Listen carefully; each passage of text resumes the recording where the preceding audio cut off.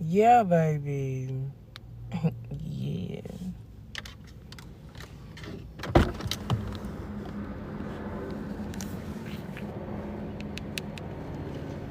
Yeah, baby. Yeah, baby. Yeah, baby.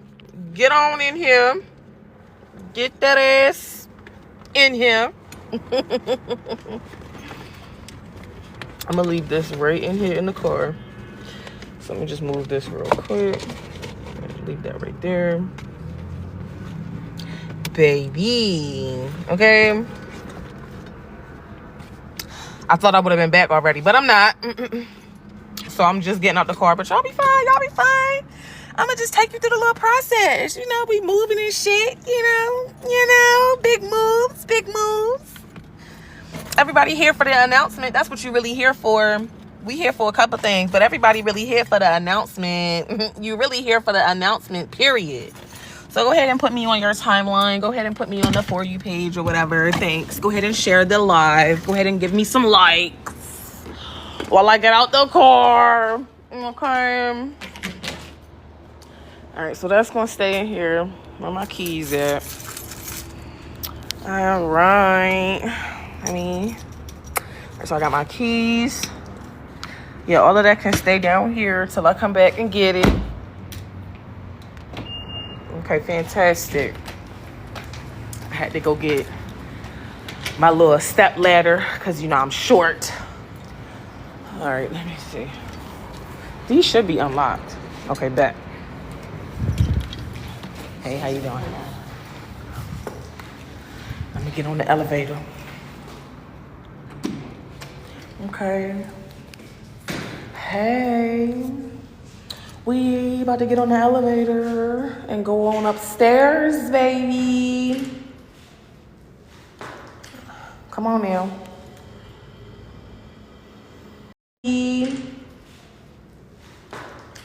Come on now. Come on now.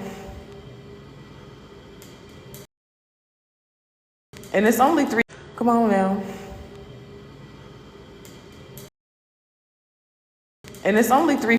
Come on now. And it's only 3. All right. Hey, how you doing? How are you? Good. All right.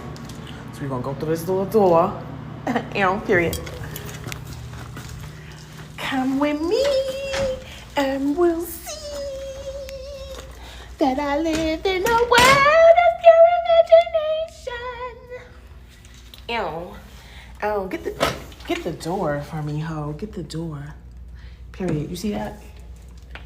That's me. That's moi. That's moi. Now get into it. Let's get into it. Because I got to unlock the door for you. Period. I can't be too loud because I don't want to be all ghetto in the hallways and shit. But period.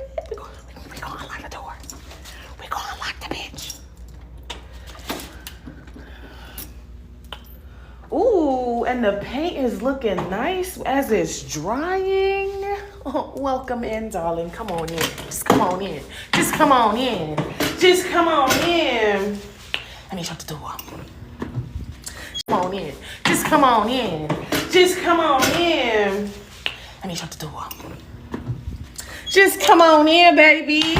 Just come on. Just come on in. Let me shut the door. Just come on in, baby. Just come on in, baby girl. I need to set yourself down. Let me get the purse. Let me put my purse over here. It smells like nothing but paint in this bitch. Okay. It smells like pure paint. Self down. Let me get the purse. Let me put my purse over here. It smells like nothing but paint in this bitch. Okay. It smells like pure paint. Self down. Let me get the purse. Let me put my purse over here. It smells like nothing but paint in this bitch. Okay. It smells like pure paint.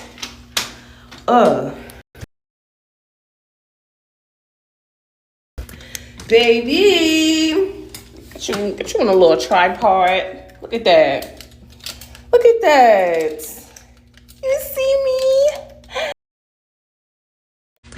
Baby, get you on a little tripod. Look at that. Look at that. You see me? Yes, Boogie. Look at that. You see me? Yes, Boogie. Let me set you up so you can, you can really get the full effect of Boogie butt. Boogie.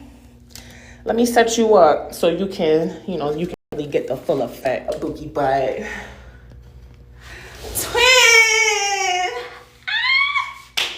So yeah. Get into it, ho. So yeah. Get into it, ho. Yeah. And it dried fast. That was real fast for only like 30 minutes.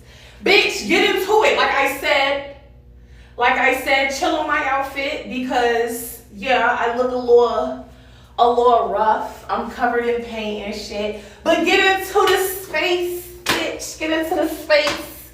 Get into the space. Get into the space. You see it. You see it. You see it. Work in progress. Obviously, we just got the keys today. We just got the keys literally several hours ago. So yeah, ho. Welcome. Get into the space, get into the vibe, get into the feeling. This is the color Monarchy. Y'all already know purple is my favorite color for everything. So yeah. For those of you who've been like, what's the announcement? What's the announcement? What's the announcement? I've been seeing everything like, what's the announcement? Bitch, here we go, right here. So, officially, as you can see, thanks to financial domination, I have just opened my new boutique, Lux Legacy Boutique. You can see, thanks to financial domination, I have just opened my new boutique, Lux Legacy Boutique. But I make wigs, I sell bundles, I do designer custom corsets and a bunch of other really cool stuff. So I am celebrating the launch of that business by moving in today. I got the keys in my pocket right here. Got the keys in my pocket, just grabbed the keys this morning. And as you can see, I have been getting straight to work, hitting the ground running with painting. So that's why I'm looking all rough on live with you guys today, because we putting the actual work in. But I wanted to come to you guys here on this page and specifically talk about it because I was able to accomplish, thank you for joining. I was able to accomplish this thanks to financial domination. Right? Thanks to donations from my subs, thanks to money from my subs, I was able to get myself here. Debt free, 100% debt free. And the importance of that, the relevancy of that is needed to share within the community, because this is the type of stuff you should be able to do. Is needed to share within the community, because this is the type of stuff you should be able to do. Share within the community, because this is the type of stuff you should be able to do. Little ash. And I just went straight for it, right? I didn't. Instead of going to get my nails done a fill-in, I already knew I was going to mess them up today when I was moving stuff. So if I break my nail, it's all good. I'm going to sacrifice my nails for now. But yes, I turned the Wi-Fi off, so hopefully that helps with whatever is glitching, etc. This is such a good color. Just like look at the background. There's nothing, no other lighting but this overhead light. But just look at the background. Like it's so cute. It is such a cute color. Like it really pops on your skin. Like that's hot. That is so hot. No, being a financial dominatrix is not tax-free, honey. No, you still have to pay your taxes just like everybody else. And if anything, we pay more taxes than anybody else. Self-employment taxes are more than anybody else. So no, what we do is not tax-free. Uncle Sam, you can thank Uncle Sam if he listening. Yeah.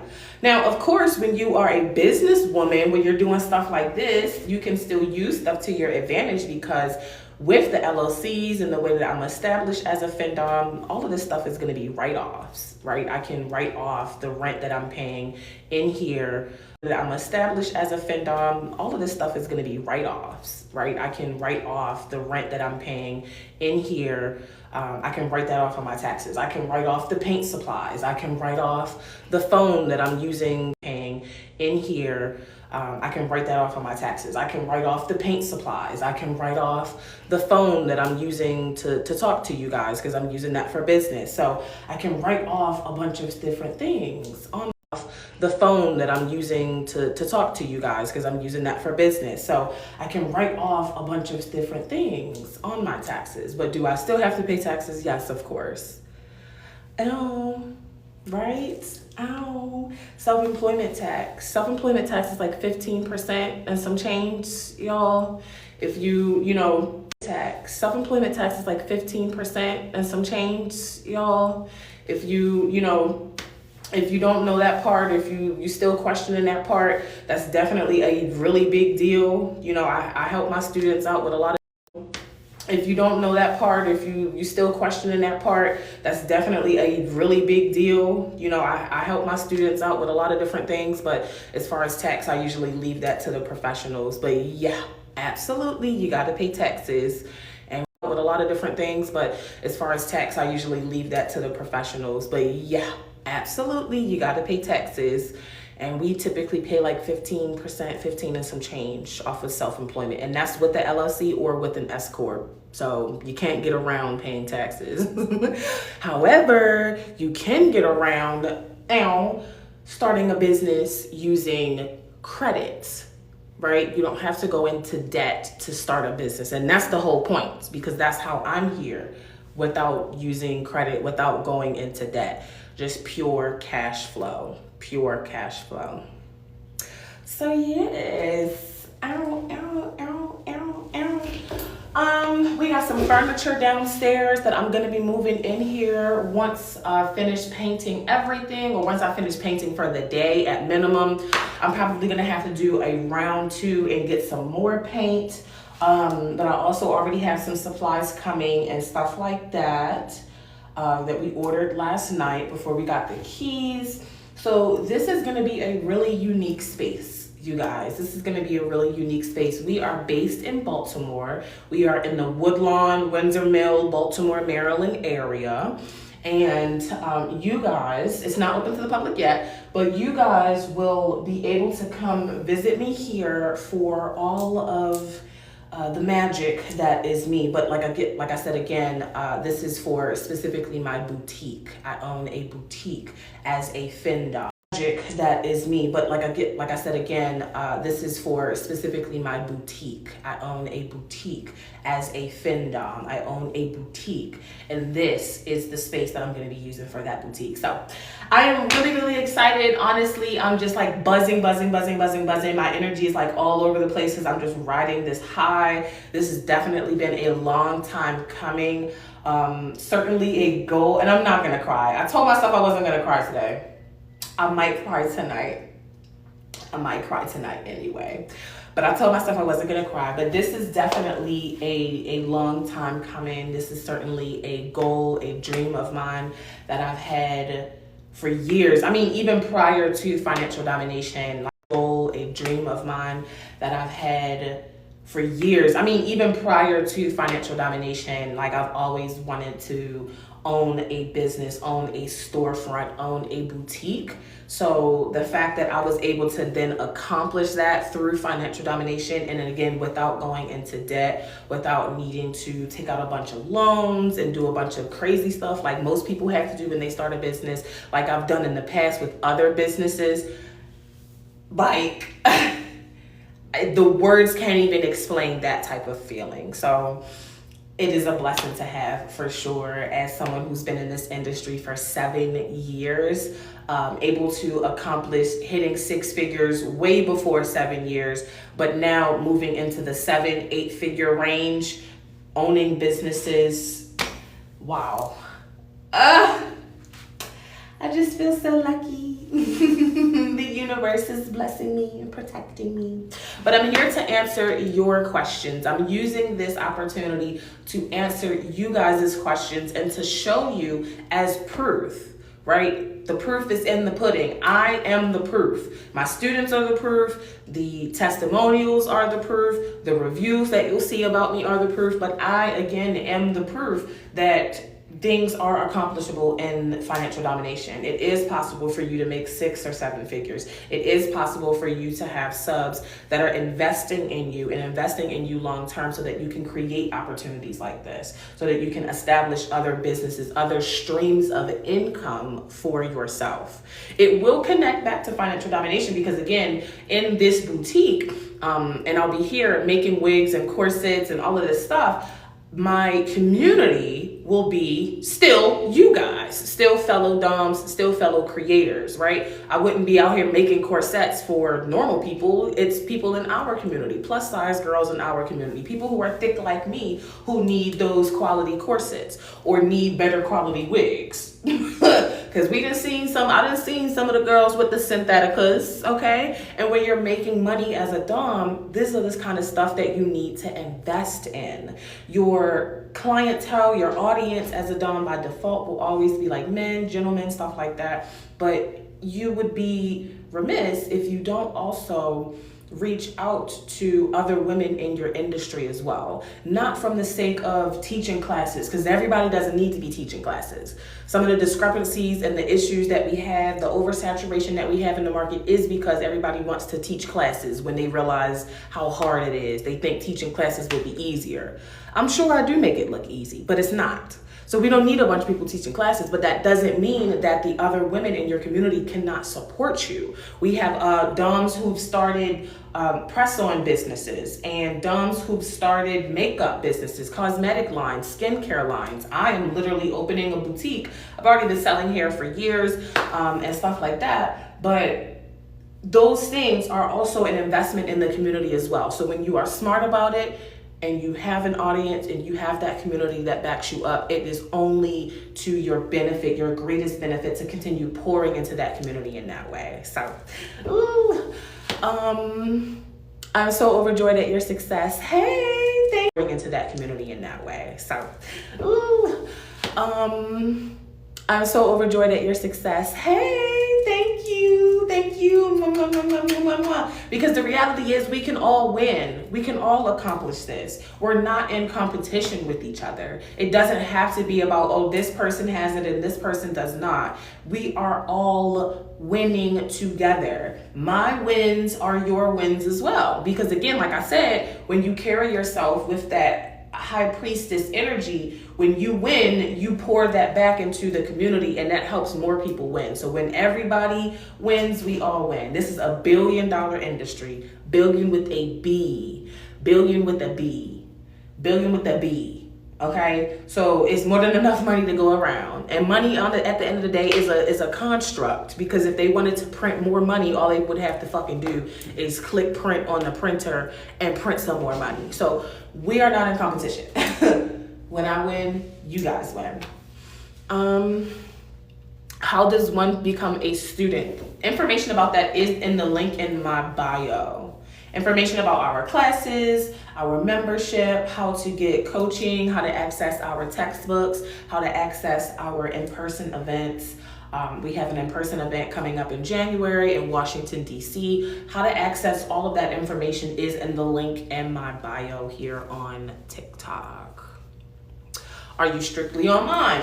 No. As you can see, I am in a physical space because this is day one of me launching my boutique that I've purchased through Financial Domination, and I will be operating here for a couple of different things. Now, of course, as a Dom, I won't be doing sessions and stuff like that here. No, that's ridiculous. I already have my own private dungeon space at my apartment. So I'll just have this space and then my home and my apartment and a couple of other investments as I'll continue operating. But no, I am not strictly online. No, I go to parties, I host parties.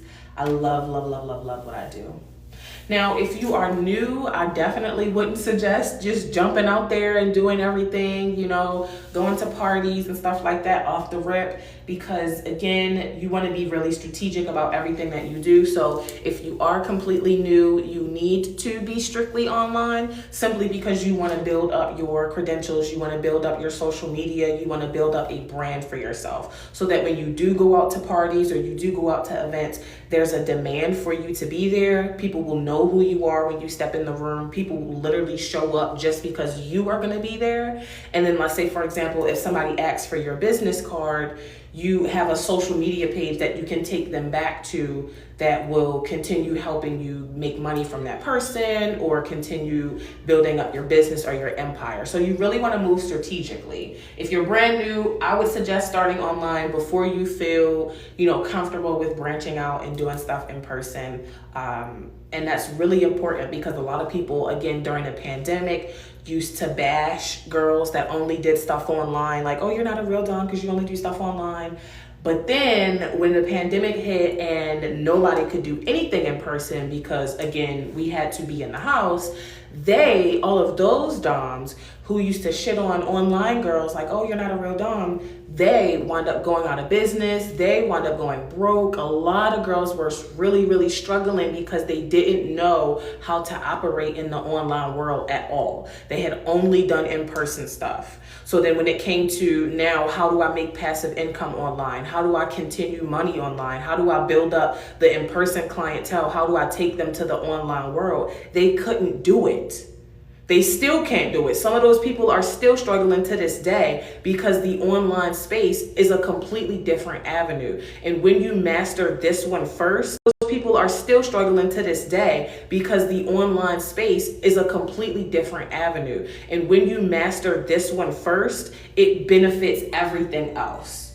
So for my structure, I teach you guys in my curriculum to start online first. First, it benefits everything else. So for my structure, I teach you guys in my curriculum to start online first. Like I said, build up an audience, build up your clientele, build up your comfortability. And then when my curriculum to start online first, like I said, build up an audience, build up your clientele, build up your comfortability. And then when you start going to parties, at that point, people will actually be paying you to go to events versus you paying to get into a party and just being a fly on the wall. At that point, people will actually be paying you to go to events versus you paying to get into a party and just being a fly on the wall. If you do it the other way around, like I typically teach, people paying to get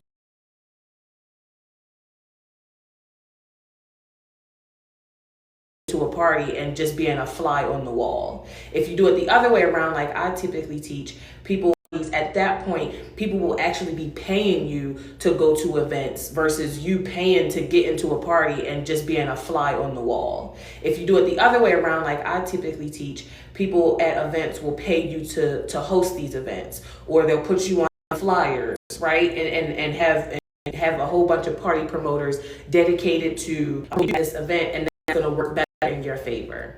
That's going to work. Like I typically teach, people at events will pay you to host these events, or they'll put you on flyers, right? And have a whole bunch of party promoters dedicated to this event, and that's going to work better in your favor. That's going to work better in your favor. Dedicated to this event, and that's going to work better in your favor. That's going to work better in your favor. Yeah, no, thank you. I'm so happy for your success. Yay, thank you, guys.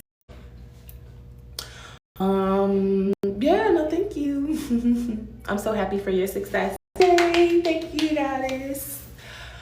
I've been focusing on researching the terms and the ins and outs. Yeah. I've been focusing on researching the terms and the ins and outs. Yeah. I've been focusing on researching the terms and the ins and outs. Yeah. Right? While you're in that phase, it will help you really just figure out should you best operate in, so that you can create something that's really unique to you, your personality, and your dreams, aspirations, goals, etc. A lot of people don't plan on being in the industry for a long time. Some girls only do this for like a few years, or others, who really enjoy it, they do it as a lifestyle. But even if you're doing it from a lifestyle perspective, that doesn't mean that you can't get paid for it, and you honestly should, right? In this economy, you should. If you can find a way to monetize something that you really, really enjoy, you absolutely should in today's, economy. So it is absolutely possible to do so. Welcome, welcome, welcome. If you guys are just joining us, I am here inside of my new boutique. I just got the keys today, and I'm just spending some time talking. I'm here inside of my new boutique. I just got the keys today, and I'm just spending some time talking to you guys about financial domination, answering your questions about financial domination, and how to get started in that. Some time talking to you guys about financial domination, answering your questions about financial domination, and how to get started in that industry. We can talk about marketing, we can talk about branding questions that you have, and how to get started in that industry. We can talk about marketing, we can talk about branding questions that you have. And yeah, I'm really, really excited. And I, in a minute, may start painting this top part of the wall, because that's kind of bothering me a little bit. And I don't want my paintbrush to get all crusty, because I don't have like plastic to cover it up for right now. So yeah. But of course, I'm still here answering questions for you guys. So just kind of give you the feel. Yeah, I can totally see your comments. I don't know, Wi-Fi wise, if anything's like wrong, but I can definitely see everybody's comments, and it doesn't look like it's lagging from my side, so I'm not too sure. I'm not too sure. This is not a real step ladder either, so if I fall and bust my ass on TikTok live, y'all know I didn't. Y'all better not say nothing, and y'all better not screen record me and put me in them little fake ass TMZ pages like y'all be doing Miss Netta and E. Kane and all them other people. I be seeing that. Y'all be mean to people online for real. But this is not a real step ladder for real, so I'm gonna use it like it is. But if I fall, I fall. But y'all better not say nothing. I'm just saying. It was here too, but it's better. Okay, so I don't know. It's not lagging for me. I don't know. Let me see first and foremost if I can even stand in this. I know I'm probably gonna have to take my shoes off. And one of these little legs is bent, so it's kind of like fucked up.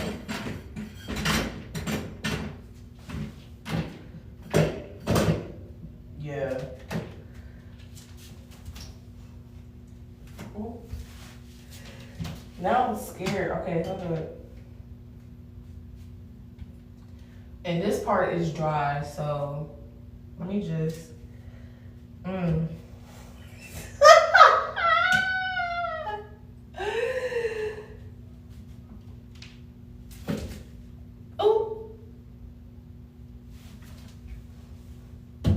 I'm scared. Cause look at this, it's like wiggle wobbling. What the fuck? I'm gonna need something else. You're not supposed to do stuff like this. Oh, Lord, look at that. All right. Let me just, all right. But we're gonna have to do it like this because this is dangerous. Oh, this is dangerous. It was shaking. It was too shaky. I need to use a broom handle. I don't have one. See, this is what happens. This is what happens when, you know, when you just be doing stuff, you know, as a girly, trying to take care of business on your own. Cause I don't want nobody in here. I don't want no man in here. I don't want no man in here. So we finna make it happen. We finna make it happen, y'all. Y'all are part of this process. We finna make it happen. Cause I don't feel like waiting for nobody. You know, why would I wait for somebody? Once I stood on it though, it was kind of stable. Getting up there is definitely a reach trying to get up there. But once I was up there, it was pretty stable. I'm not gonna lie, I'm not saying that I haven't done that exact method before. This is not the first time I've used that stool to do some shit like this before. But I damn sure wasn't live streaming. Like, what the fuck? What if I fall and bust my ass? So, yeah, we just gonna see. I'm gonna just do this little section real quick. All right. So I got my paint. We just gonna do this little section, like right there. All right.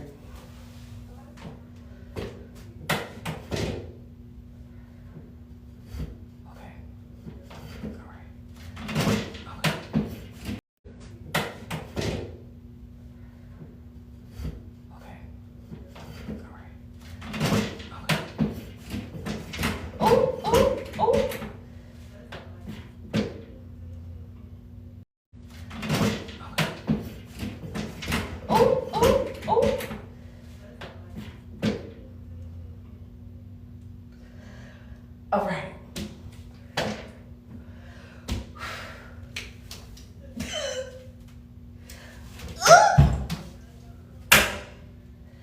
See, that didn't even sound right. That didn't sound like it was supposed to sound.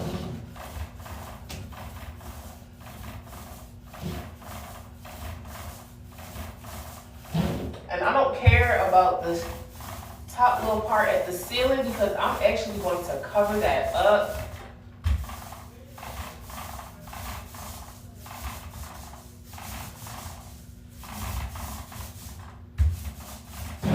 I don't want it to be like a harsh line right here.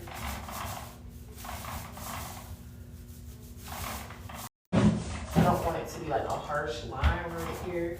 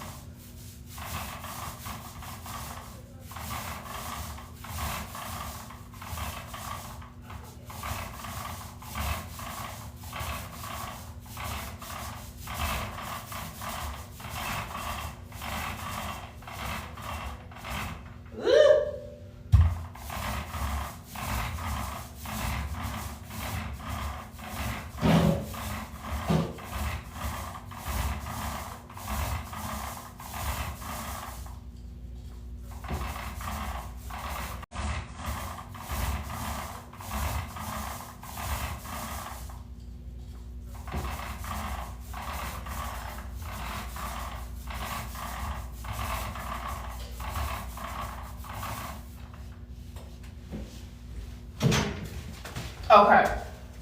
Now, I ain't no professional, but that shit look good. I ain't no professional now. It's not supposed to be professional. It's supposed to be done. And that doesn't matter. So that little top part right here at the top and at the bottom, to be honest, I have it taped off at the bottom so it'll be a little bit of a cleaner line. But at the very top, I actually found, I found it in two places, but I actually found some trim some like beadboard wall trim. It's like a quarter inch, maybe like an inch and a quarter thick. And it has the like Victorian like texture or whatever. That's what I'm gonna use at the top part, so I can just cover that line up. So there's no point in even painting that part. I'm gonna just cover that whole little line at the top. And then the last thing I'm gonna do is the ceiling. So all of that part will be covered. All of that part will be covered. But it's not supposed to be professional. It's absolutely ghetto. That's what we doing. That part will be covered. All of that part will be covered. But it's not supposed to be professional. It's absolutely ghetto. That's what we doing. It's absolutely ghetto. That's what we doing. It's absolutely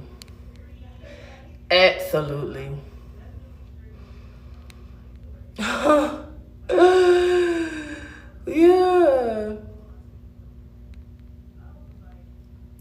See, I don't even feel like going to get one. I don't feel like going to get one. By the time I go get one, I can actually be done. Yeah, crown molding. Yeah, that's the word I'm looking for. Crown molding. The crown molding that I found is gonna go on the top part, so I don't have to worry about the top part. We're gonna get crown molding. But as the color continues to dry, like, it is so pretty.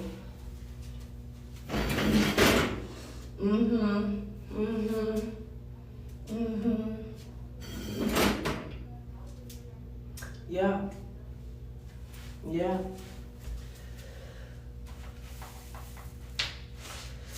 Now,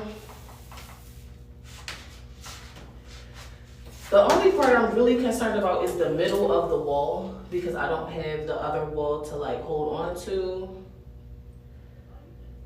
Bam. And I'm trying not to make a mess.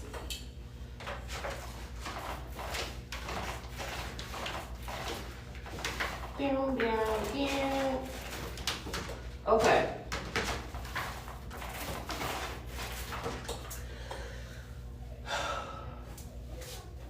I'm only worried about this part right here.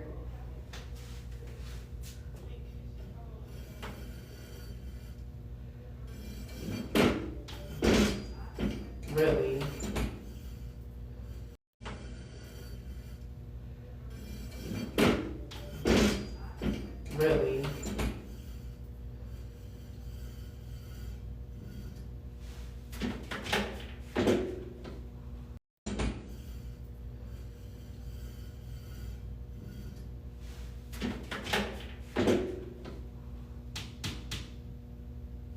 Go ahead and make it happen, girl.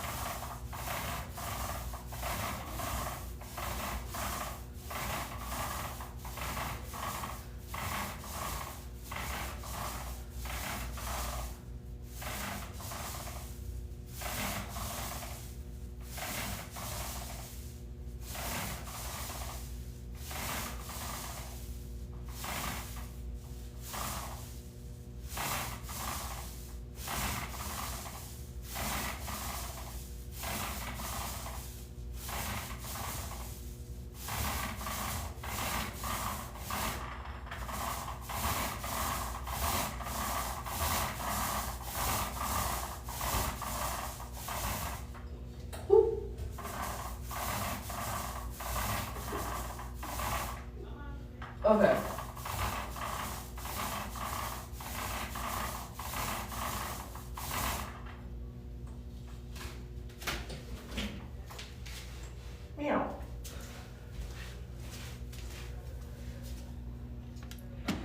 Oh, it's definitely a workout. It is definitely a workout because fuck. But I just couldn't, while I was sitting here talking to you, I was just like, I just can't sit right here with this wall just like half, like not finished. I just gotta finish it. And then cover the brush up.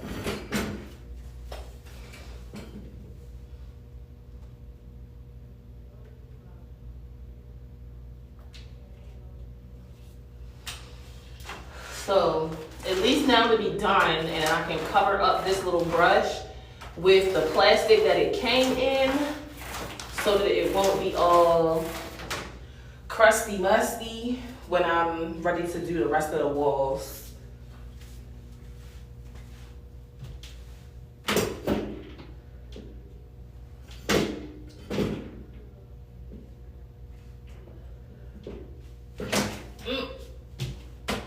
Come on, bitch.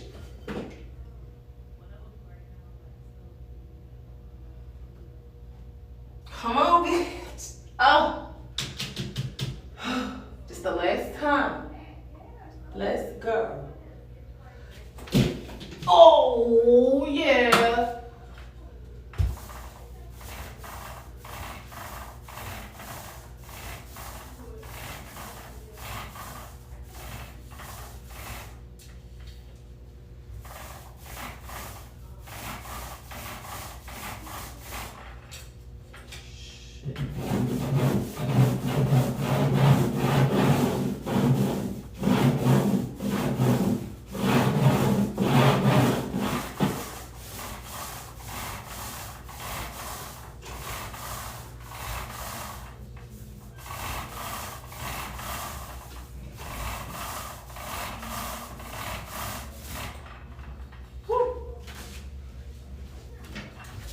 All right.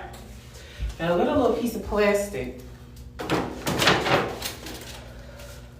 Try to slide it back in here. I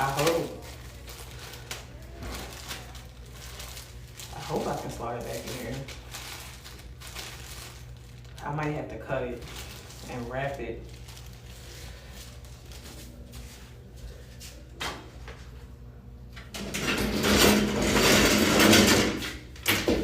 Easy enough. But damn, is it hot?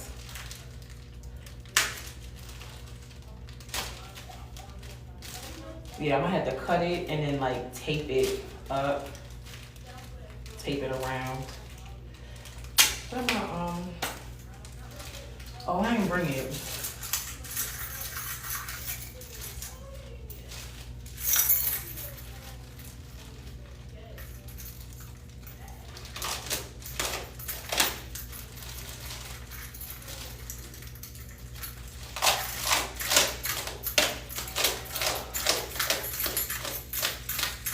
One thing you gotta know about me, I just be doing shit. So yeah, I could have went to go get a step ladder. Of course. I could have went to go get a real ladder. Sure. But did I need it? Clearly not. One thing about me, I just be doing shit. And if I can find a way to just do it, I'm just gonna do it. It might not be the safest, but it got done. I didn't have to wait on nobody. I ain't had to wait on no nigga. That be the part. Y'all be waiting on niggas. I ain't had to wait on nobody.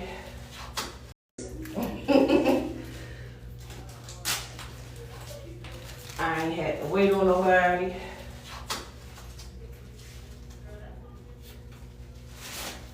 All right. So I'm gonna take this and place it in there. All right.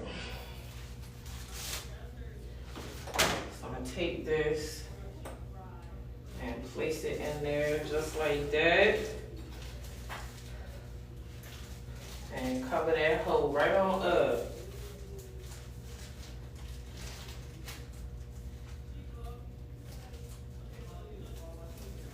Just like this, okay? If your mama, like this, okay? If your mama never taught you how to do that, then you know, that's a shame, because she should have taught you. But this is how you're supposed to do that. You cover up the little brush, so you don't have to go buy another one, especially if you're going to use the same fucking color on it anyway. So you don't have to go buy another one, especially if you're going to use the same fucking color on it anyway. And you just take that bitch right the fuck up with the plastic, and it'll be nice and secured. And you just take that bitch right the fuck up with the plastic, and it'll be nice and secured.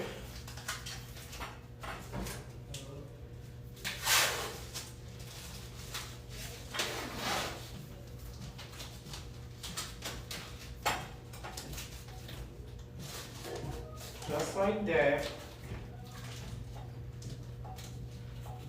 Plastic in there. I'm trying not to get it on my nails. And then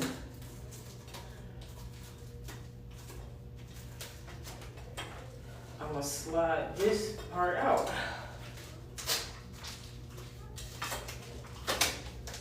Done.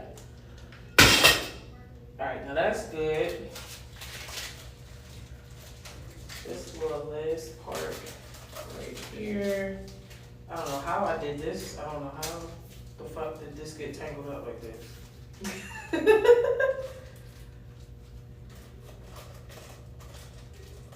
Okay, I don't know. Something happened clearly. It got tangled up. Don't know, but whatever.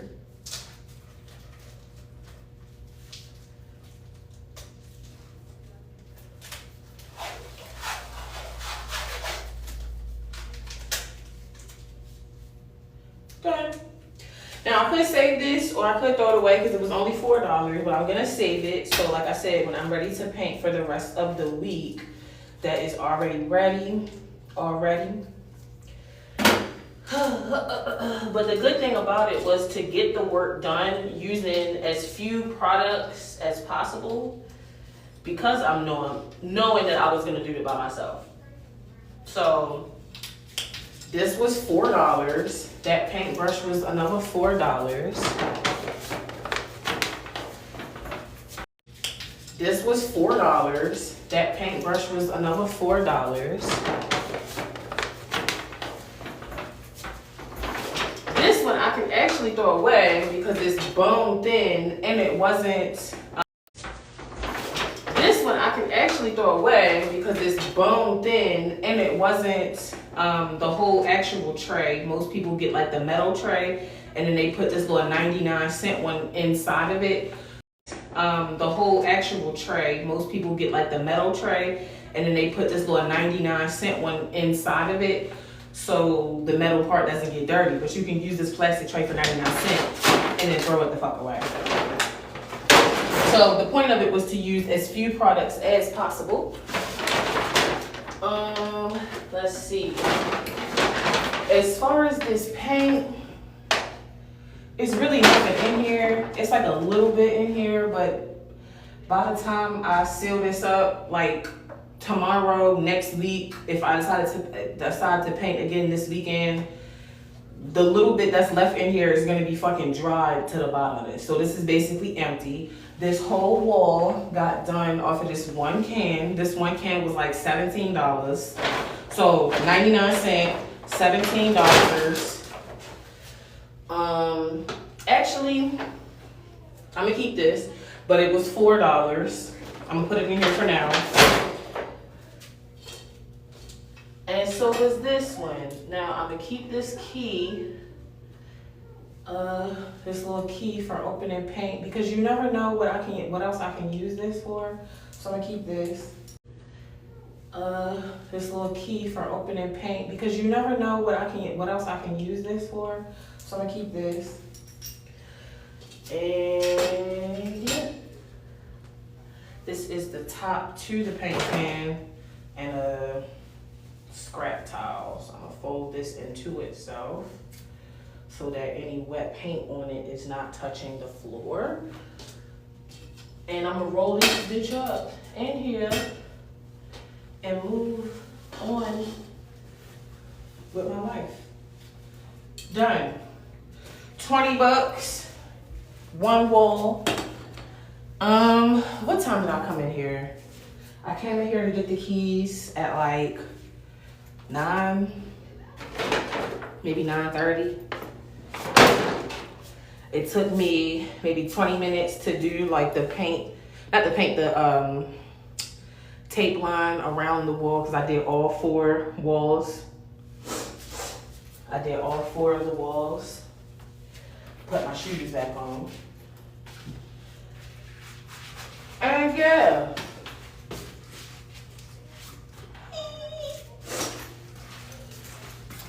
I think it looks good. We got the whole wall done.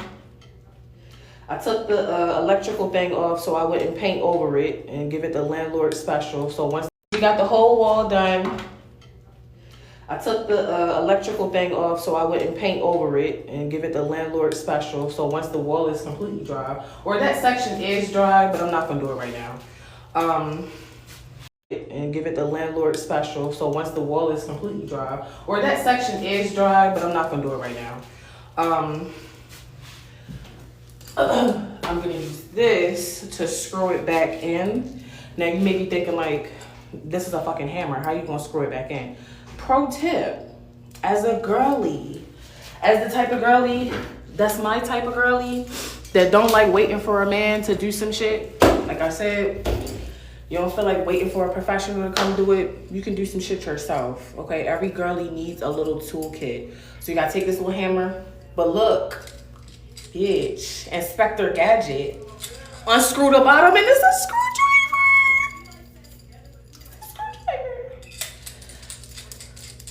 But wait, there's more. There you go. But wait, there's more. There you got this little part at the tip, just the tip. That's enough. There you got this little part at the tip, just the tip. That's another screwdriver. Come on, y'all. Wait, what's this? Lord have mercy, it was another screwdriver in there and I didn't fucking know. Come on, y'all. Wait, what's this? Lord have mercy, it was another screwdriver in there and I didn't fucking know. Lord, see, look at. Okay, so let me put this back in here. That is so cute how they did that. Bitch, if it's another screwdriver inside of this tiny screwdriver, it's another screwdriver inside the tiny screwdriver, and I did not know that. Okay, so you got this tiny out of this tiny screwdriver. It's another screwdriver inside the tiny screwdriver, and I did not know that. Okay, so you got this tiny one, and then you got this little itty bitty, and that go in there. And this goes in here, and then that screws in there like that, and then this goes in here, and then this is what you beat his ass with. There you go. All the little tools you'll ever need. I think I got this from, where the fuck did I get this from? I think I got this from like Walmart. Okay. A spider? Where? Oh, you talking about in your sink, and I was like, girl. A spider? Where? Oh, you talking about in your sink, and I was like, girl. Y'all better not be no spider in here. Better not be no damn spider in here with me. Oh yes, thank you. I've had this shirt for a long ass time. It's now covered in paint, y'all, but 333. It's a little crusty now, you know, it was like screen printed, so it's getting like crusty. Your spiritual guides are around you, sending you love, support, and guidance. Your spiritual guides, 333. This shirt is old as hell. As you can see, we got bullet holes in the bitch.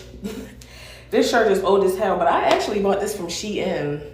a long time ago. Lasted me a while, but now I just use it as my like lay around shirt, or if I'm doing my hair, I'll wear this shirt, or stuff like this. When I'm painting, I'll wear this shirt, or if I'm smoking and I don't want to like get a burn hole in my good clothes, I'll put this shirt on. Just one of those kick around types of shirts, you know. One of those kick around types of shirts. I wear this like to bed, like if I'm on my menstrual cycle, like that type of big type of shirt that you want to wear when you know want to be lazy, stuff like that. Yeah. So as you can see, minimal tools, minimal money, and then you got to think about it. You have to be strategic when you move like this, because like I said, I'm not using business credit. This is all cash. This is cash flow. So if I'm not using business credit, not because I don't have business credit, because I do, I just don't want to go into debt. That's the point. A lot of people be like, oh, use business credit, use business credit. You're putting yourself into debt. You're putting your business into debt. You don't have to do that if you have enough cash flow, right? So instead of starting a business and from like right off the jump, before you make any type of profit, you already put yourself in a hole $5,000, $10,000. You can start a business and put yourself $5,000, $10,000 in the green. You already put yourself in a hole $5,000, $10,000. You can start a business and put yourself $5,000, $10,000 in the green, or in the black. Technically, that would be the appropriate color. But in the black, $5,000, $10,000 in the green, or in the black. Technically, that would be the appropriate color. But in the black, up 10,000 versus under 10,000. So most people start a business and they put themselves into debt using business credit. They start a business, take out $10,000 worth of debt, put themselves in that credit card, and then when they start making money, they're not actually making money because they still have to pay off the credit card, right? Versus if you start like using financial domination and you start building a business using your sub's money, he's giving you that money. Yeah, you paying taxes on it and all that other shit. It's a business. You got to pay taxes. It can't be avoidable. However, that's better than using credit, because you would then start from, instead of starting at zero and putting yourself under, you would start at zero and put yourself up 10,000. And then use that 10,000 to get the cheapest paint supplies that you can get. Or like I was doing over the last several weeks, going to antique shops and thrift stores to find decor, to find furniture and stuff like that. So now instead of spending $5,000, $10,000 worth of credit, I've only spent a couple of $100s on really good quality stuff from the thrift store, and I can pocket the rest of that, or I can use it as inventory, or blah, blah, blah, blah, blah, blah, blah, blah, blah. You know what I'm saying? Store, and I can pocket the rest of that, or I can use it as inventory, or blah, blah, blah, blah, blah, blah, blah, blah, blah. You know what I'm saying? You got to think 500 years ahead in the future. And I know for some people, it's like, why would you be that head? But 500 years. And if you're a woman of color, when it comes to building your business, establishing wealth for yourself, you want to definitely think 500 years in the future. Are you going to be alive? Not physically, but I mean, I personally plan on being a bomb ass ancestor. I don't know about y'all. I'm big on hoodoo. I'm big on spirit. I plan on being the bomb ass ancestor. When my great grandkids and my great great great grandkids is praying to me on the altar, I'm bringing blessings. Okay, they're gonna know me. So me thinking 500 years into the future, I'm thinking about how now this opportunity can build income for me, generational wealth for me. This can be a business that I wind up teaching my kids, and then another few years go by and I wind up teaching the same business to my grandkids and my great grandkids, and the cycle will continue. And that will be the legacy that I'm leaving behind. That's why the business is called Lux Legacy Boutique. But that is the legacy that I'm leaving behind, because I am thinking 500 years into the future, right? 40 years from now, I'll be still alive. So let's take it up 100, 125 years from now. My great great grandchildren, or whoever the fuck, 125 years from now, I want them to still be making money off of this business, even if this building that I'm in no longer exists. They'll still, in some aspect, be making money and living a certain lifestyle based on what I'm creating right here now today with you guys day one on TikTok live.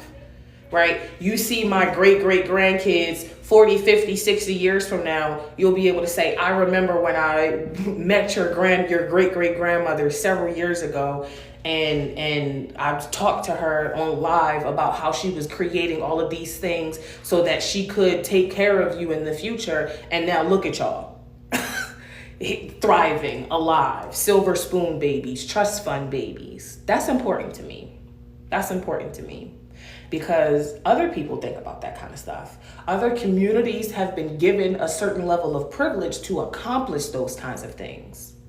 All of the shit that happened 400 or 500 years ago to people like us, all of those white people were building legacies back then. Yes, their legacy was built on the enslavement of others and racism and a bunch of other shit, but think about it to this day and how so many people in the world still literally benefit from all of that shit that happened. White people. They were thinking 500 years into the future. We weren't given the opportunity to do so because of the circumstances, but now we can.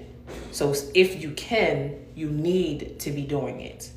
If you can, you need to be doing it. Will it be harder for you as a new dom? I'm not going to say yes. But I'm not going to say no. I'm not going to say yes, but I'm not going to say no because it is possible. It will be harder for you if you try to, jump out there and do too much before you're ready. So that's the part that will make it harder. But is it impossible? Fuck no. In fact, I feel like I should have been able to do this, or I would have been able to do this 5 years ago if I had had better resources, better people around me, etc. But again, when you know better, you do better. So the fact that it took me 7 years to get to this point, I'm not tripping about, because I know those last 7 years, I've put a lot of work into myself. I've taken time to get my degree in those 7 years. I've taken time to travel the world and spend time with my family in those 7 years and take care of my mental health in those 7 years and really transform myself, mind, body, and spirit truly, because a big part of entrepreneurship is also the spiritual aspect of it as well.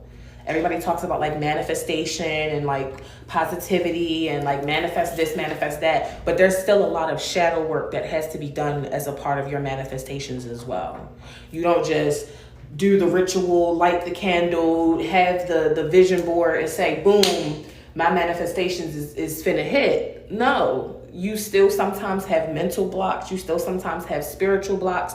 You still have that like those tower moments. When you talk about tarot, you have those tower moments where in order for you to attract, if you're attracting something big, if you're trying to manifest something big, you will have those tower moments because it'll be necessary, right? It'll be necessary for spirit to take certain people out of your life that aren't going to support you in your goals or actually going to hold you back. People who you may tell them about your manifestations and now they're whispering in your ear like, you sure you want to do that? Why would you do that? You got a good little job, or that's not realistic. You'll have people in your ear. Spirit gonna have to move those people out the way. Spirit gonna have to move your ain't shit ass ex-boyfriend out the way. That's gonna be like, oh, I don't want you to be a Findom, or I don't mind you being a Findom, but then he get insecure based on how many followers you got. Because sometimes it be your own boyfriend, your own little husband, your own little boo thing holding y'all back. Hold up, it's asking me to verify some shit. Okay, yeah. But yeah, you'll still have those tower moments.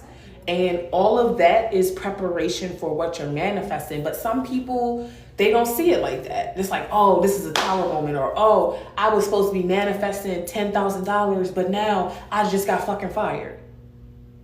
You just got fired? You're trying to manifest $10,000 as a Findom and take your business seriously. You're asking the universe for that. And the next thing that happens is you get fired. If you depressed and you're not paying attention to, what's really happening for you, and you got depression and anxiety and people whispering in your ear, you're going to think, oh my God, everything's going wrong.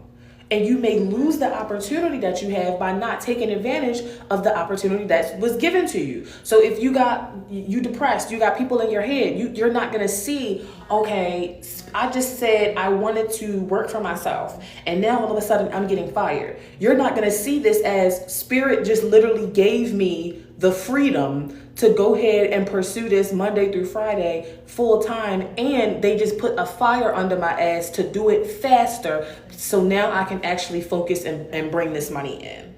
If you're depressed, if you got imposter syndrome, you got people in your ears, you're not paying attention to the fact that this is a true tower moment for you, you may just fall into a deeper pit of depression. Oh my God, I gotta find another job. Oh my God, I gotta file for unemployment. Oh my God, I gotta do all this and that.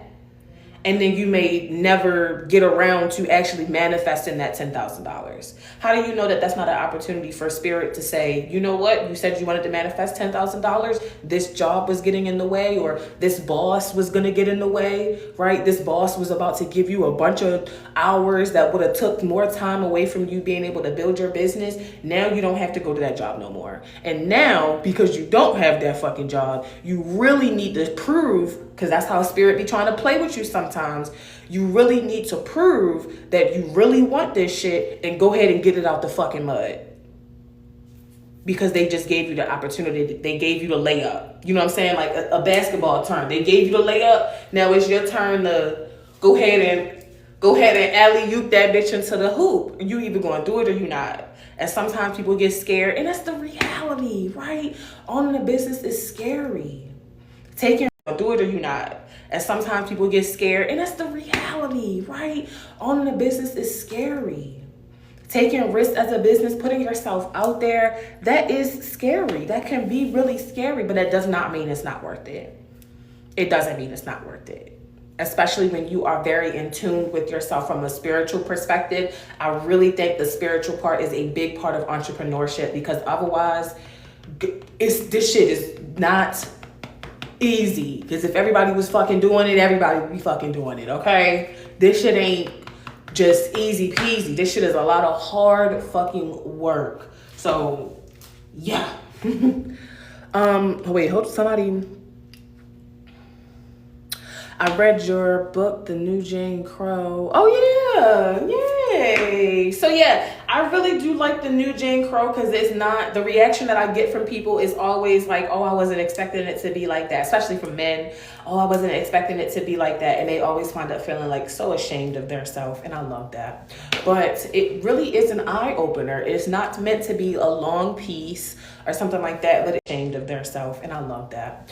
But it really is an eye opener. It's not meant to be a long piece or something like that, but it is really an eye opener to what's really going on in this world and how fucking trashy white people piece or something like that, but it is really an eye opener to what's really going on in this world and how fucking trashy white people can be sometimes. Let's just keep it a buck. That's what the book is about.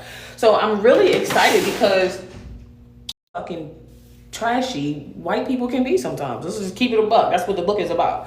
So I'm really excited because I'm also going to be putting out the second series of that piece really, really soon. I was going to actually do it last month, but I decided to go back into the studio with it because I actually want to make this one a little bit longer. I actually do want to make this one a little bit longer. So the second series of The New Jane Crow will definitely be coming out very, very soon.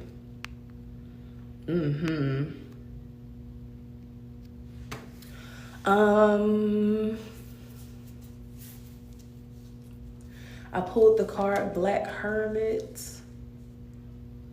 The message is plan and prepare, no plan, plan to fail. You definitely have to be well planned. A lot of people like underestimate the value of doing that in financial domination because they're like, it's just the perception of it. It's like, oh, well, this is just getting paid to be cute and And it's like, yeah, pretty privilege is definitely a big part of it. But you also have to think about it from an entrepreneurial standpoint, because it's not going to be possible for, let's say, for example, even with your pretty privilege, it's not going to be possible for a man to send you $10, $15, $20,000 if you don't have a business set up that's actually going to be able to take that transaction.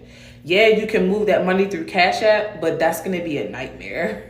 Like tax-wise, business-wise, you're probably going to get audited by the IRS. Nobody wants to talk to the fucking IRS about nothing.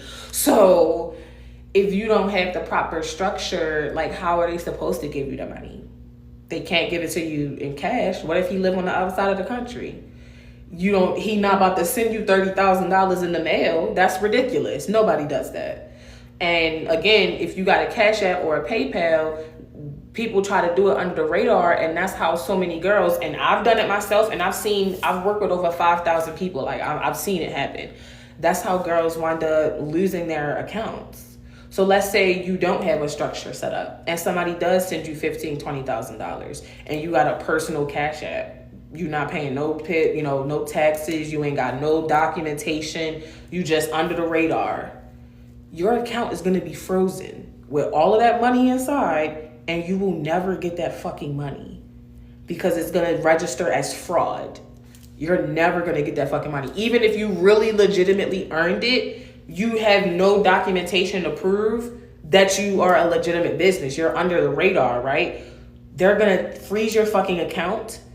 You're going to be banned from that fucking account, and you will never see that money. And I've seen that happen to so many girls. I've seen that happen to girls off of Cash App. I've seen that happen to girls using Wish Tender. I've seen that happen to girls on UPay. And I've seen that happen to girls on Throne. The account is frozen. The money is gone. Some of the money goes back to the sub, or the shit is just in the ethers. Basically, the company took your fucking money. So you have to go legit. You have to make sure that you are establishing real stuff for yourself. So this real business, a sub can invest in, and he would have a greater incentive in investing in me as a Findom because he knows I own a business, and he can invest in this business on this business's side legally as an angel investor, for example, and then write that shit off on their taxes. You know, rich people like not paying taxes. So sometimes rich people avoid paying taxes by giving away money.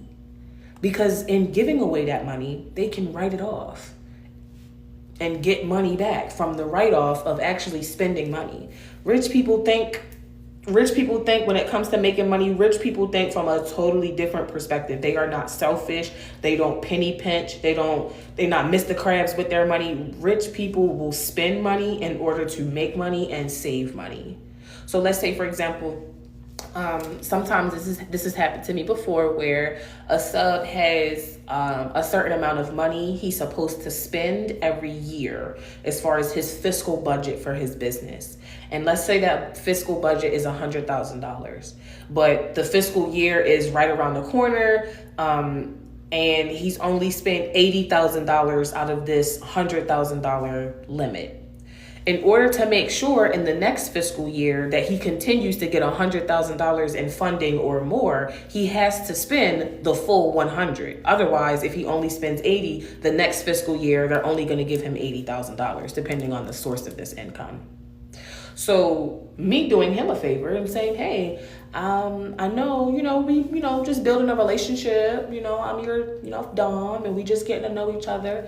But you mentioned some things, and, I mentioned some things about my business, and we could definitely use an investor and some funding. And it sounds like you got some money to burn, actually, and you need to hurry up and burn it. So, why don't you wire me some money or drop some money in this account for me as an investor? I've just done him a favor.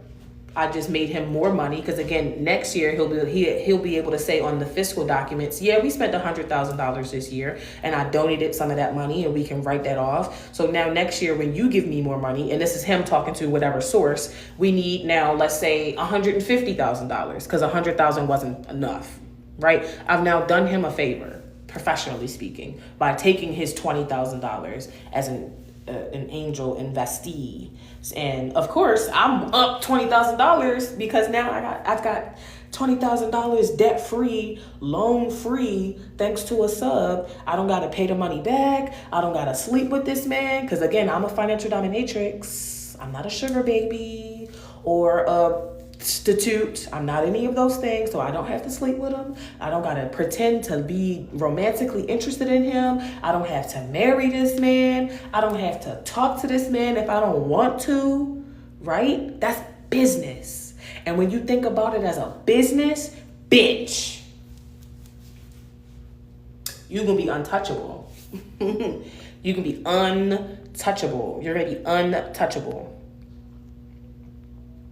Yeah, you definitely need to at minimum have an LLC. You need to have a minimum of an LLC or an S Corp, or you can set up your LLC and then have your LLC taxed as an S Corp so that you can pay yourself a salary from your LLC. But yeah, make sure you go legit.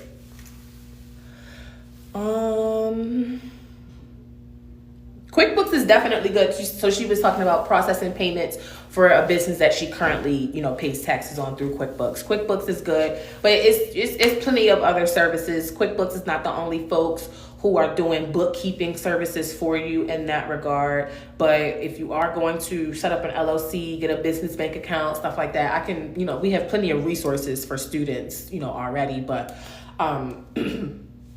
there are services that can help you set up your LLC, services that can help you, do all of that documentation where you have an attorney and a lawyer because of the service that you're paying for. And then with your business, I've got the hiccups for some reason. With your business bank account, you can have a, bookkeeping service that the bank does or that the QuickBooks offers or something like that, but you can have a bookkeeping service connected to the business bank account. So like right now, every time I swipe my card, it automatically gets accounted for. So when I spent $100 at the thrift store for office furniture, it automatically went into a certain category and was like, okay, this is office supplies, office furniture. Out of the $100 that you spent, because it's for the business, because it's office supplies, tax-wise, I'll be able to save like $27 or like write off $27 of that amount, maybe get some money back later on, etc. as far as what I have to pay in taxes.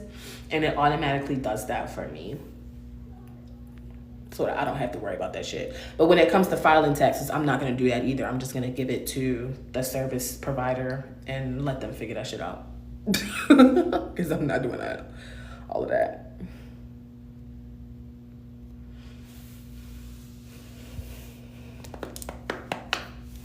Until you get an LLC established, most people, until they decide like, yes, this is right for me, I do want to go legit, most people, and then like, again, you would have to do this at your own discretion or talk to your own, attorneys and lawyers to see if this is the right way you want to, the way you want to go about it. Because I'm not going to be providing, that kind of legal advice.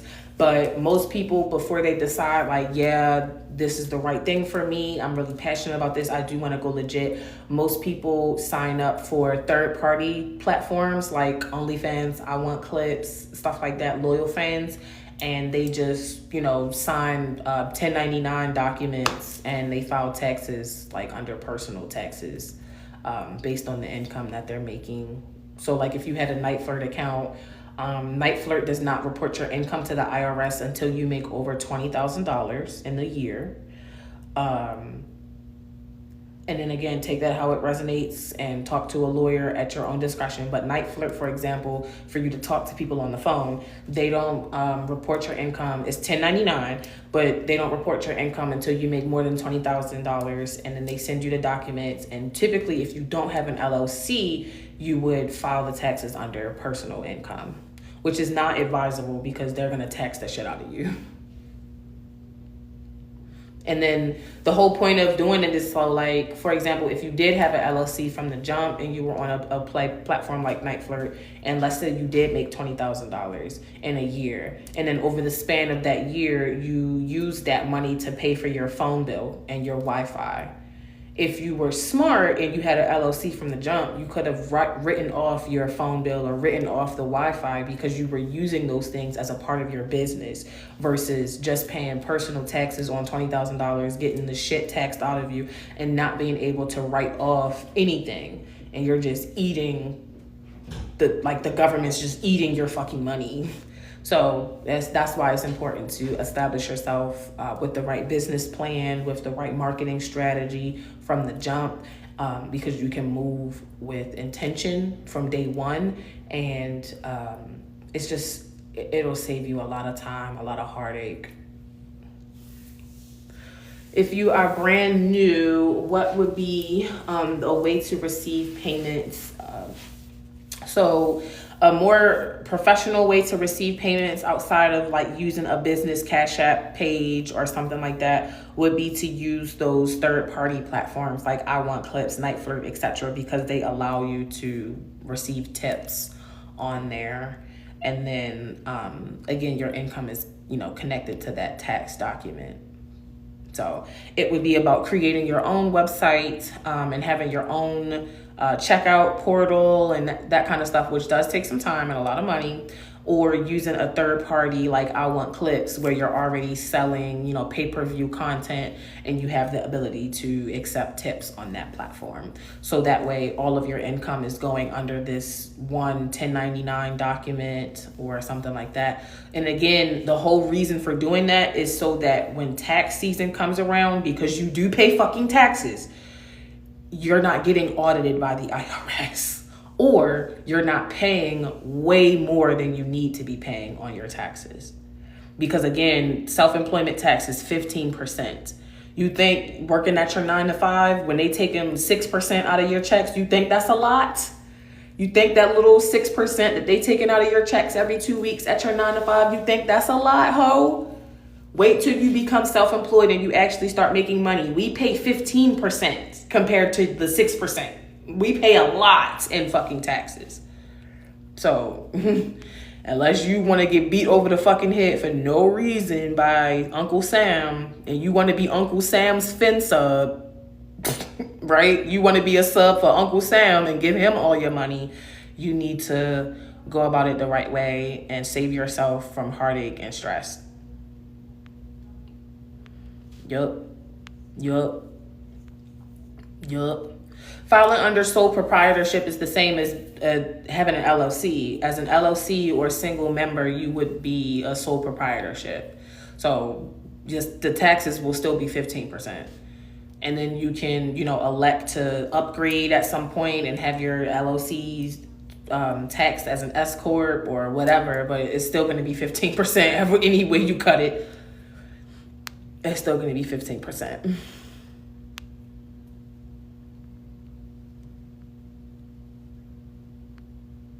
Yeah. So when I'm talking about third-party websites, I'm talking about like platforms like I Want Clips, platforms like Loyal Fans, platforms like OnlyFans, where you would be creating pay-per-view content or you would have a monthly subscription plan or something like that. Right? Because having those platforms as a Findom is how you make the money. A lot of girls just like, oh, I just want to do Findom. And then they make a Twitter page and they have a Cash App and they're like, well, why am I not getting any traction? Because you're boring. Because you're boring, right? And financial domination is a really specific niche. So not everybody that you come across will enjoy that specifically. So that's why a lot of us branch out and explore different kinds of female domination and different niches in the kink and fetish community, because you make more money that way by being able to offer different things. You'll have a lot more fun. You'll be able to explore your own, interests and stuff like that when you branch out. But we use platforms like OnlyFans, I Want Clips, NightFlirt to create passive income for ourselves or have an additional stream of income. Or like, for example, I don't give my telephone number to men. That would be dangerous. I never suggest that you do that. But instead, you can use a platform like NightFlirt where you have a telephone number, but it's like an 800 number with an extension and they have to pay per minute to talk to you. So that's just an example. Again, to protect yourself, to make more money, to not give your phone number to people, stuff like that. But yeah, And there's more concrete, more structured advice on how to use all of these different platforms, of course, in my classes.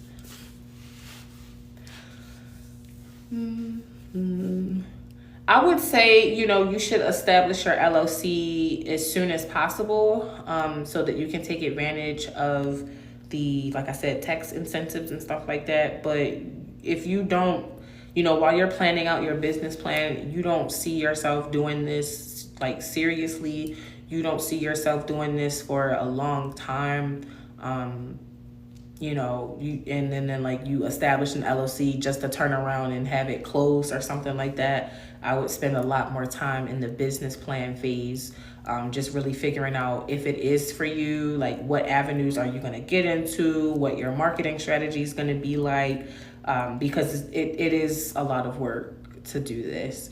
And like I said, you wouldn't want to pay all of that money to get, the necessary LLCs and the licenses and stuff like that, insurances that you would need as a business owner, just to turn around and waste money, close everything because you really wasn't serious.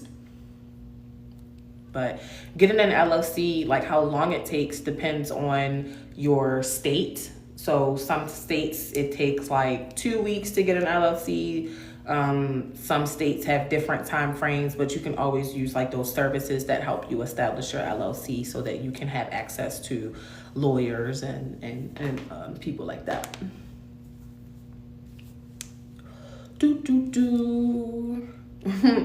What are the most fun things you've done with the money that you've received? I'm literally sitting in it right now. One of the most fun things out of many things that I've done in the last several years, one of the most fun things, or the recent fun things that I'm doing with the money that I'm receiving, is opening another fucking business. And that's going to be real fun for me. Making a shit ton of money. That's going to be real fucking fun. Can content be faceless? Sure, but you have to be a lot more creative. And if you're doing faceless content because you don't want to be seen and you don't want people to know what you're doing, just do not do this. Just don't. Your content can be whatever you want it to be.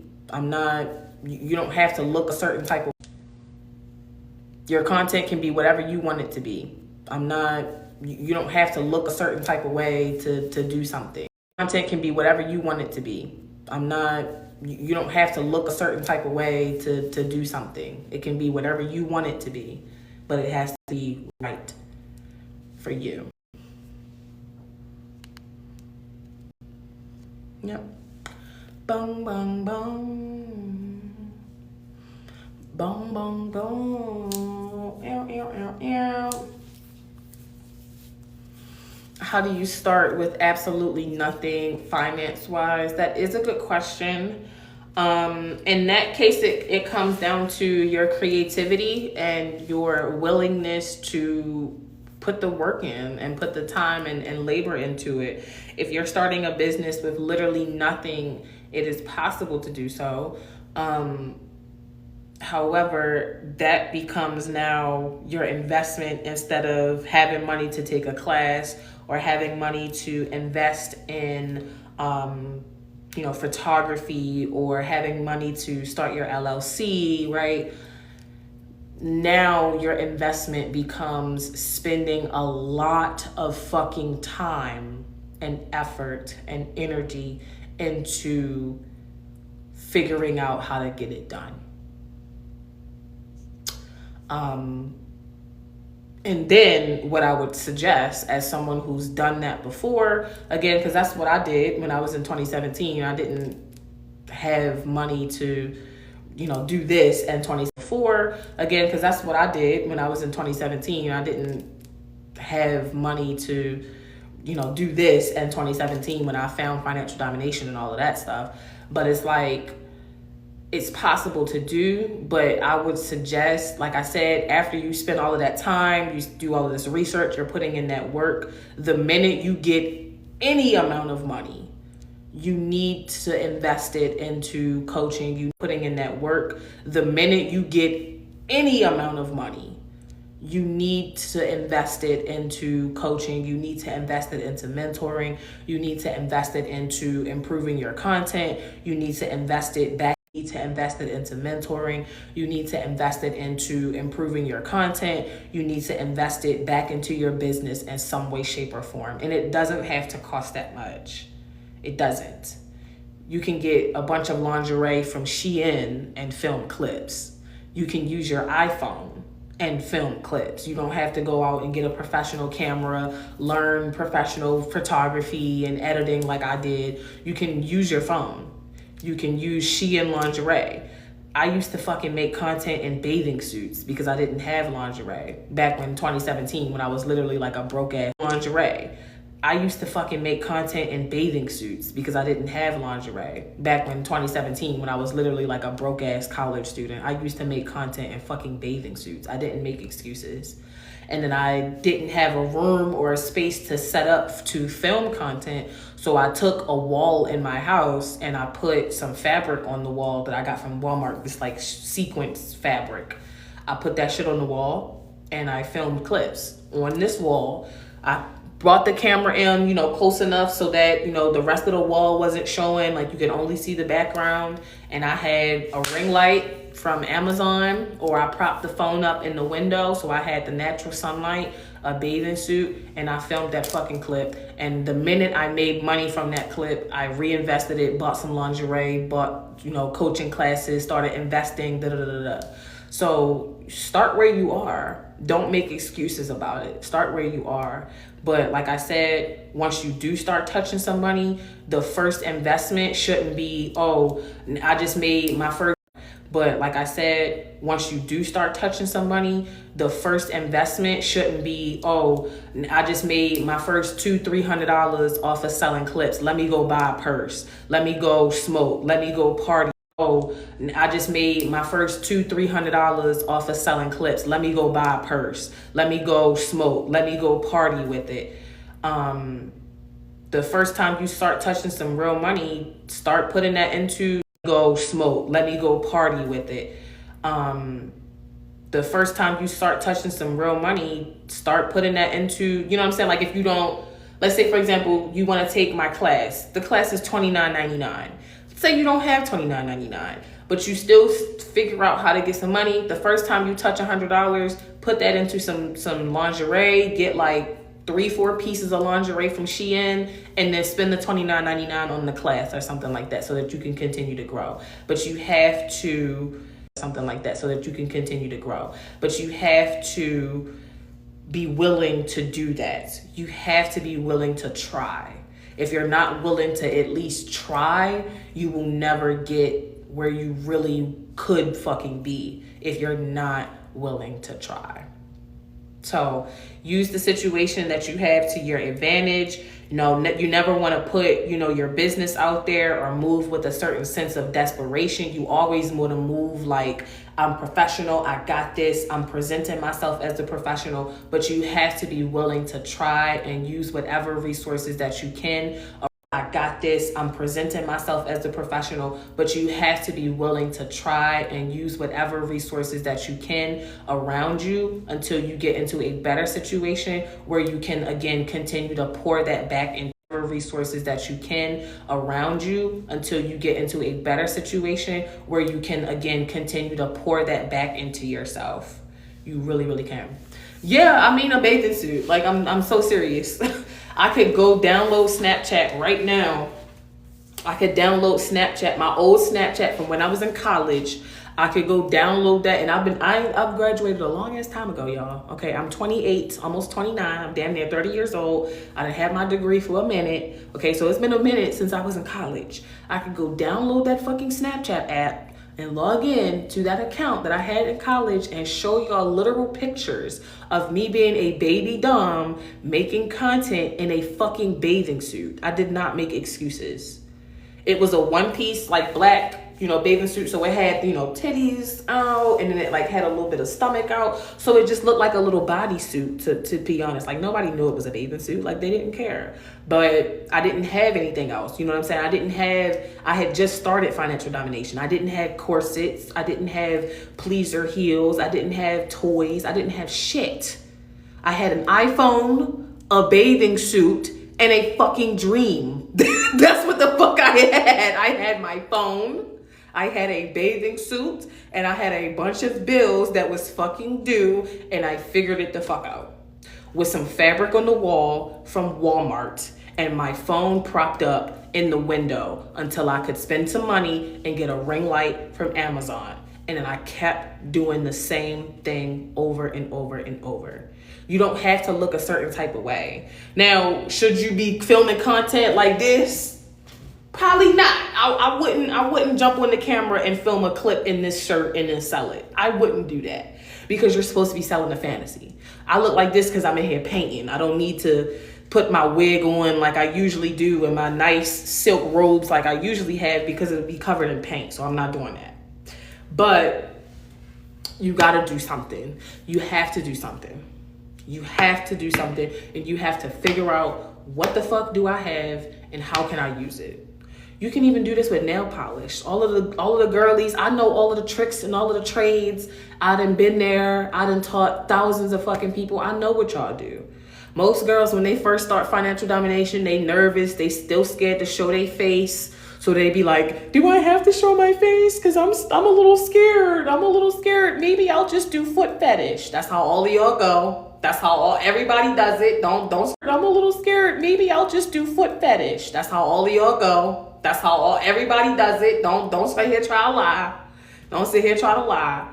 Everybody wants to do foot stuff. So the first thing that they start doing is painting their toes. Don't sit here try to lie. Don't sit here try to lie. Everybody wants to do foot stuff. So the first thing that they start doing is painting their toes. And now I'm just gonna record myself painting my toes. You gotta do something, ho. If you want the money, you gotta do something.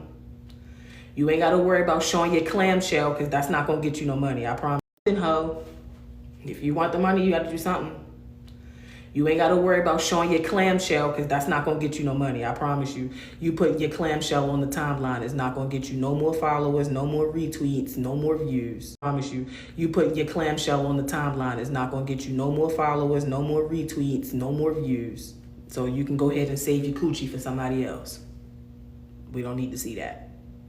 However, you do need to figure out how the fuck you gonna get this money. What he say? I gotta figure out how to get this money by tomorrow. Sell your car. Sell your mama's car. How are you gonna figure out how to get this money by tomorrow? What you wanna do?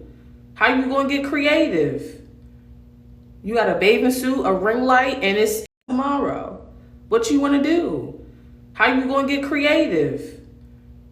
You got a bathing suit, a ring light, and it's 10 o'clock in the morning. You know what I'm saying? You got enough, you don't have a ring light? Okay, well make sure tomorrow morning, if you don't have no ring light or something. Oh my God, is that, oh my God, hey, Lady Elvira.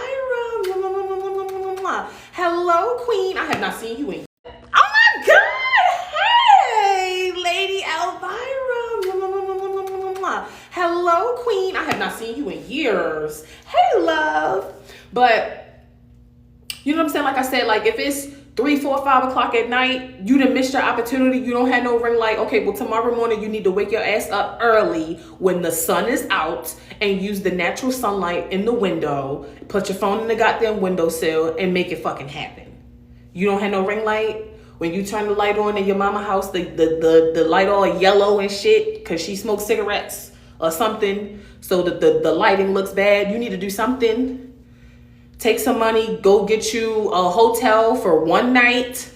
Okay, I used to do that shit too. When I was in my mama house before I moved out to my apartment and I could make content on my own, and I was a college student in my mama house, you can go book a hotel for one night.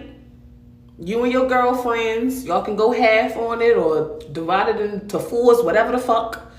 But y'all can go get a hotel for one night or for the weekend and make sure it's a nice hotel and you can film a bunch of content in that hotel. Or like I said, you can do the wall thing, take some fabric, not no bed sheet or something tacky. Take some nice little fabric, $20 fabric from Walmart, put it on the wall, set the camera up and go. But you're gonna have to figure out something.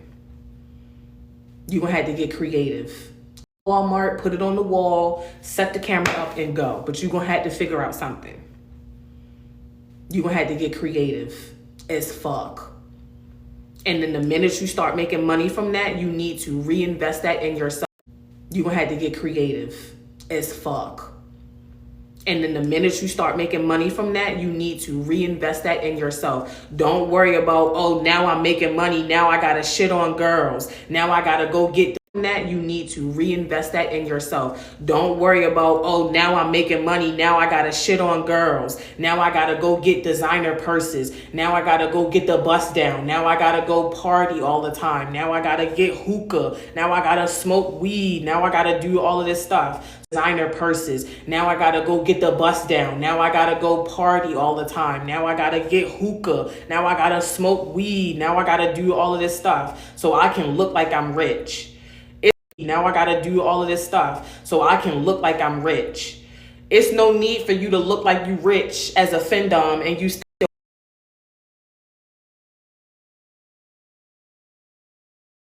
making content in your mama house.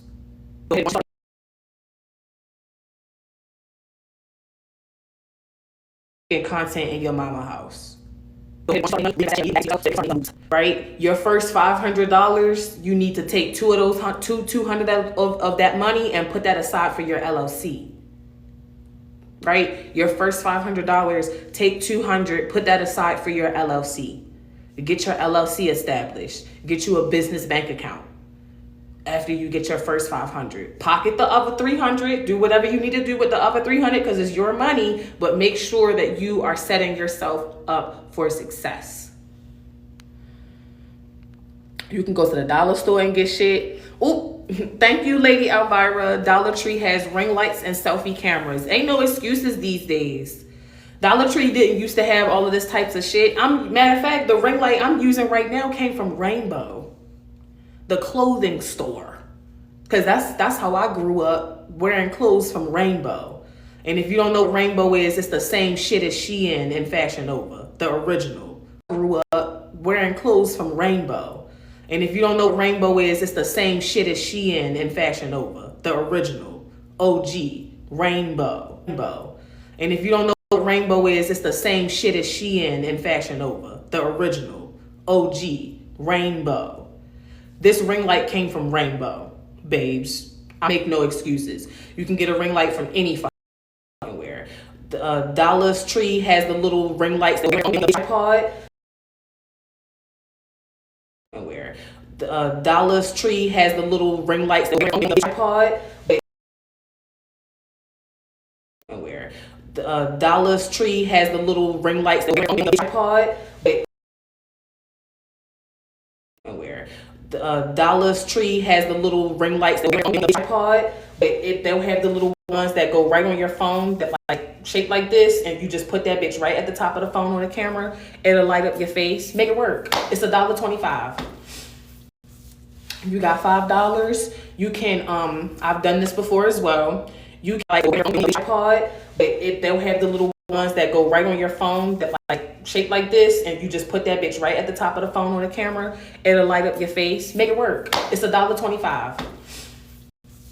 You got $5. You can I've done this before as well.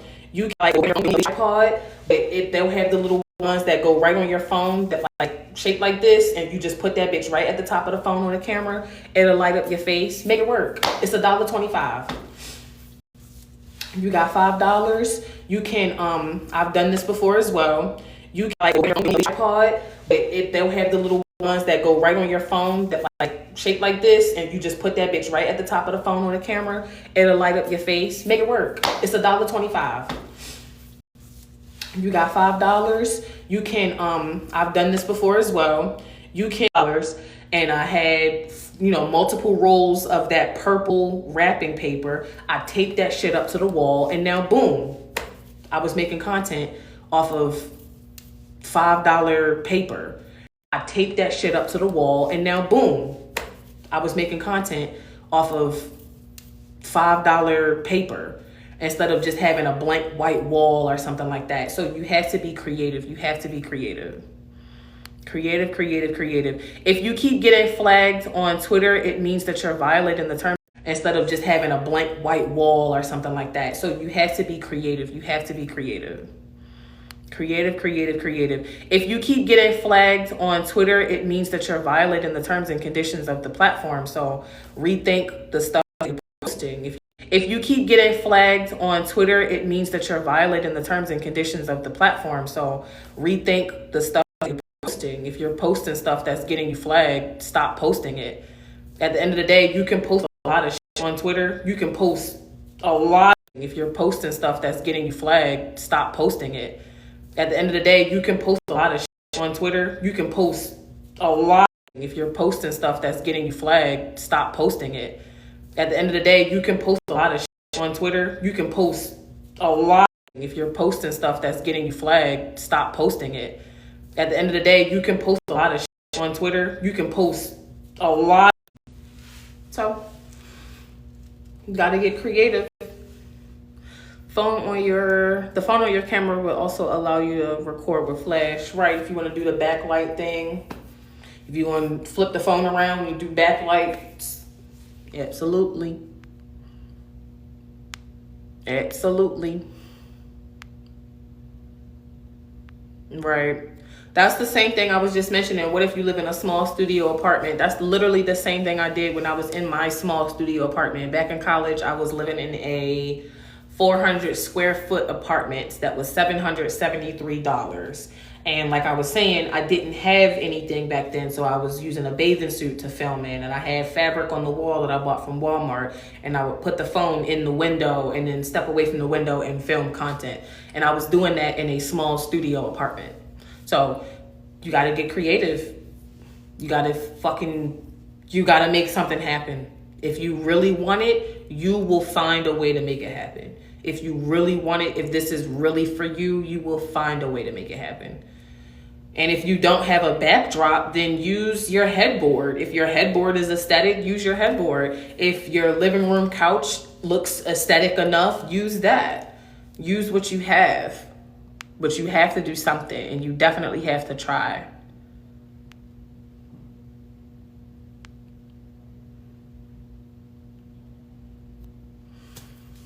Okay. Am I lagging? It don't look like it's frozen on my side. I'm seeing everybody comments come in. I'm not lagging. Talking about it, I'm lagging. What I'm lagging for? We only been on here for 90 minutes. Why we lagging? Well, let me go take a smoke break or something like that. Maybe it's just TikTok. Well, maybe we got too much positive energy going on. We got all this black girl magic in the building, and TikTok can't, handle it. How about that? But yeah, I'm gonna go outside and take a little smoke break or something. Cause it smells like paint fumes in here. It smells like pure paint fumes in here. So let's go outside for a little break. Let me make sure I got the keys in my pocket. Okay. I'm gonna leave this in here. Take this to the dumpster. But let's go get some fresh air instead of breathing in all of these paint fumes for a little minute, because I done had the door shut with the paint fumes all in here too. But this is such a, because I done had the door shut with the paint fumes all in here too. But this is such a nice color. I gotta take you off the tripod. But this is such a nice color. I gotta take you off the tripod. This is such a nice color, y'all. It's called, I gotta take you off the tripod. This is such a nice color, y'all. It's called Monarchy as well. The color is called Monarchy. So you already know how we coming. Look at that. Monarchy purple.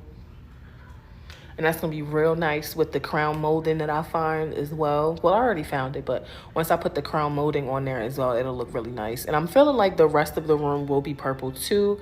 I'm still like, I might want to make one of the walls kind of like wallpaper with a pattern. But if I don't, I'll just paint the whole damn thing. I'll just paint the whole damn thing and just have the crown molding, you know, everywhere. But I like the way it looks. I'll just paint the whole damn thing and just have the crown molding, you know, everywhere. But I like the way it looks with the floors because it's a dark color, but it still doesn't make the room like molding, you know, everywhere. But I like the way it looks with the floors because it's a dark color, but it still doesn't make the room like too dark, you know. But this is my baby. Yes. Luxe Legacy Boutique, babes. 100% sub funded. And this is why I do stuff like this, because you got to practice what you preach, baby, okay? Now, I ain't paying for no electricity. Am I paying for the electricity? Technically, yeah, but let's turn some of the lights off for now. Yeah. Let's turn the light off for now. And it locks behind me, and I got the key. I got the keys. And it locks behind me, and I got the key. I got the keys right here. But yeah, babes, this is where you can find us, Luxe Legacy Boutique. The keys right here. But yeah, babes, this is where you can find us, Luxe Legacy Boutique.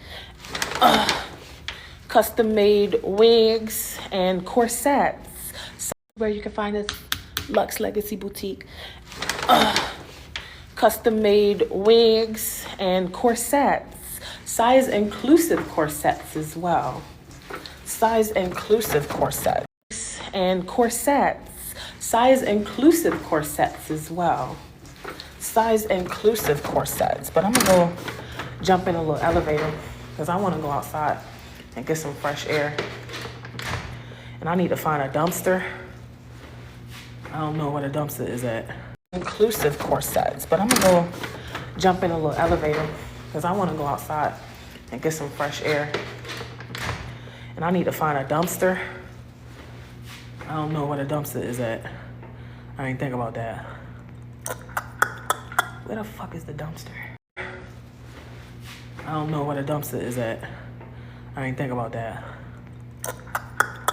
Where the fuck is the dumpster? I mean, there's gotta be one, right?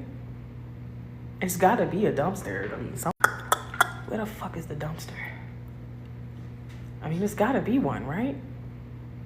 It's gotta be a dumpster. I mean, where the fuck is the dumpster? I mean, there's gotta be one, right? It's gotta be a dumpster. I mean, Hey, I just found you and need some help. I've had good experiences, but ready to take this serious. Yeah. Arthur, what the fuck? You and need some help. I've had good experiences, but ready to take this serious.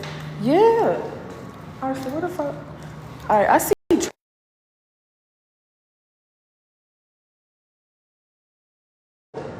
Arthur, what the fuck? All right, I see.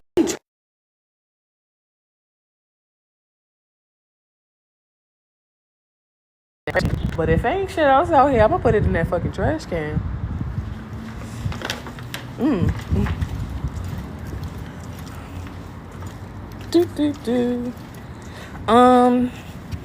I need a lot need a lot of privacy. Yeah.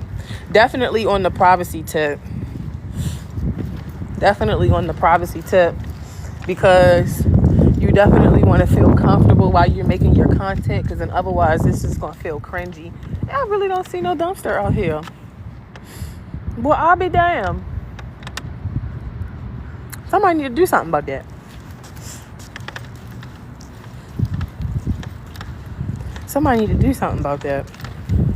I know it's definitely going to lag when I'm in the elevator for sure.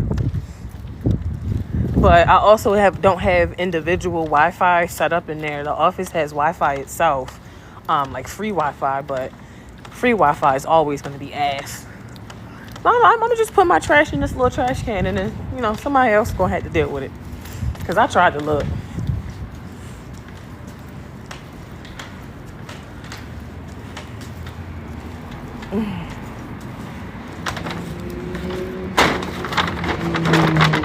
Alright. How I get the bitch in there? Alright, hold up. Now I got paint on me. God damn it. Some of the paint dripping on me. It's dripping.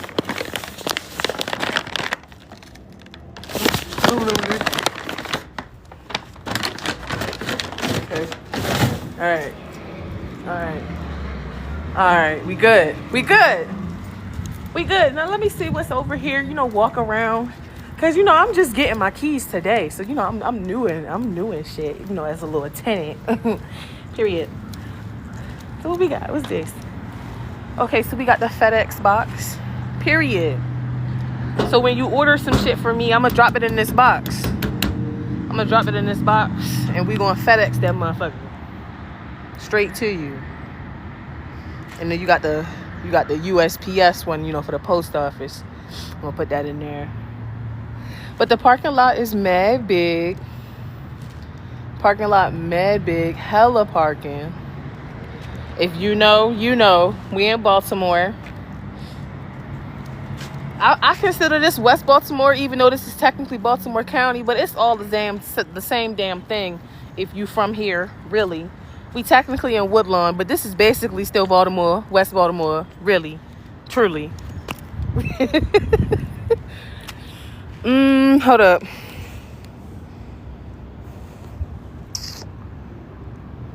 Have you met a sub when you're out in the city? Yeah. But here's the thing. Any man can be a sub. Men flirt with me all the time. I mean, shit, men flirt with me when I'm dressed like this. When I started the damn live, one of the the post office guy that was coming out of the building was flirting with me. So you can get a sub, or really, it might not be considered a sub, but you can always get a man to pay you. That ain't no problem.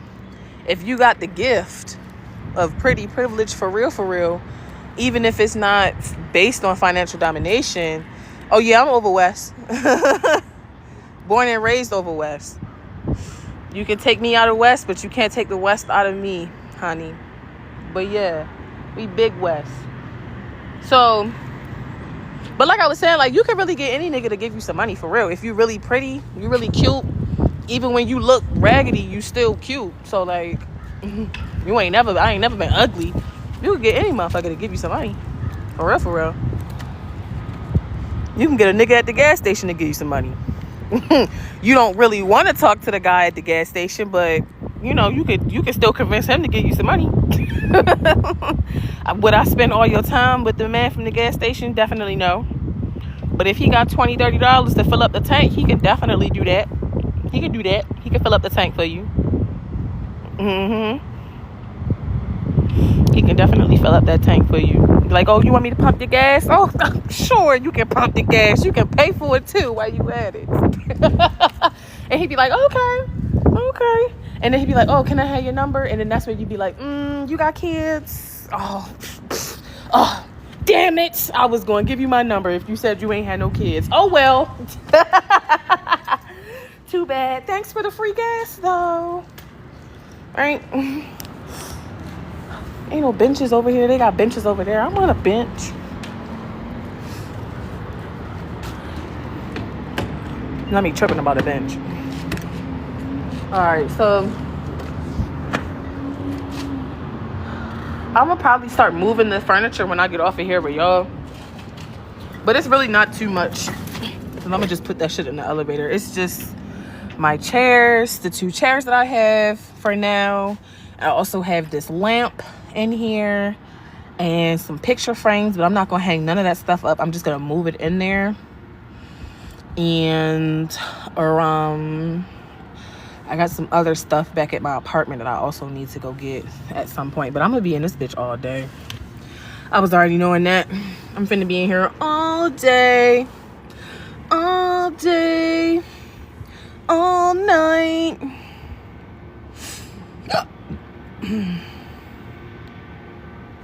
Cause I'm burning up for you, baby. Jonas Brothers. Are you ugly? Girl, no. Girl, no. What?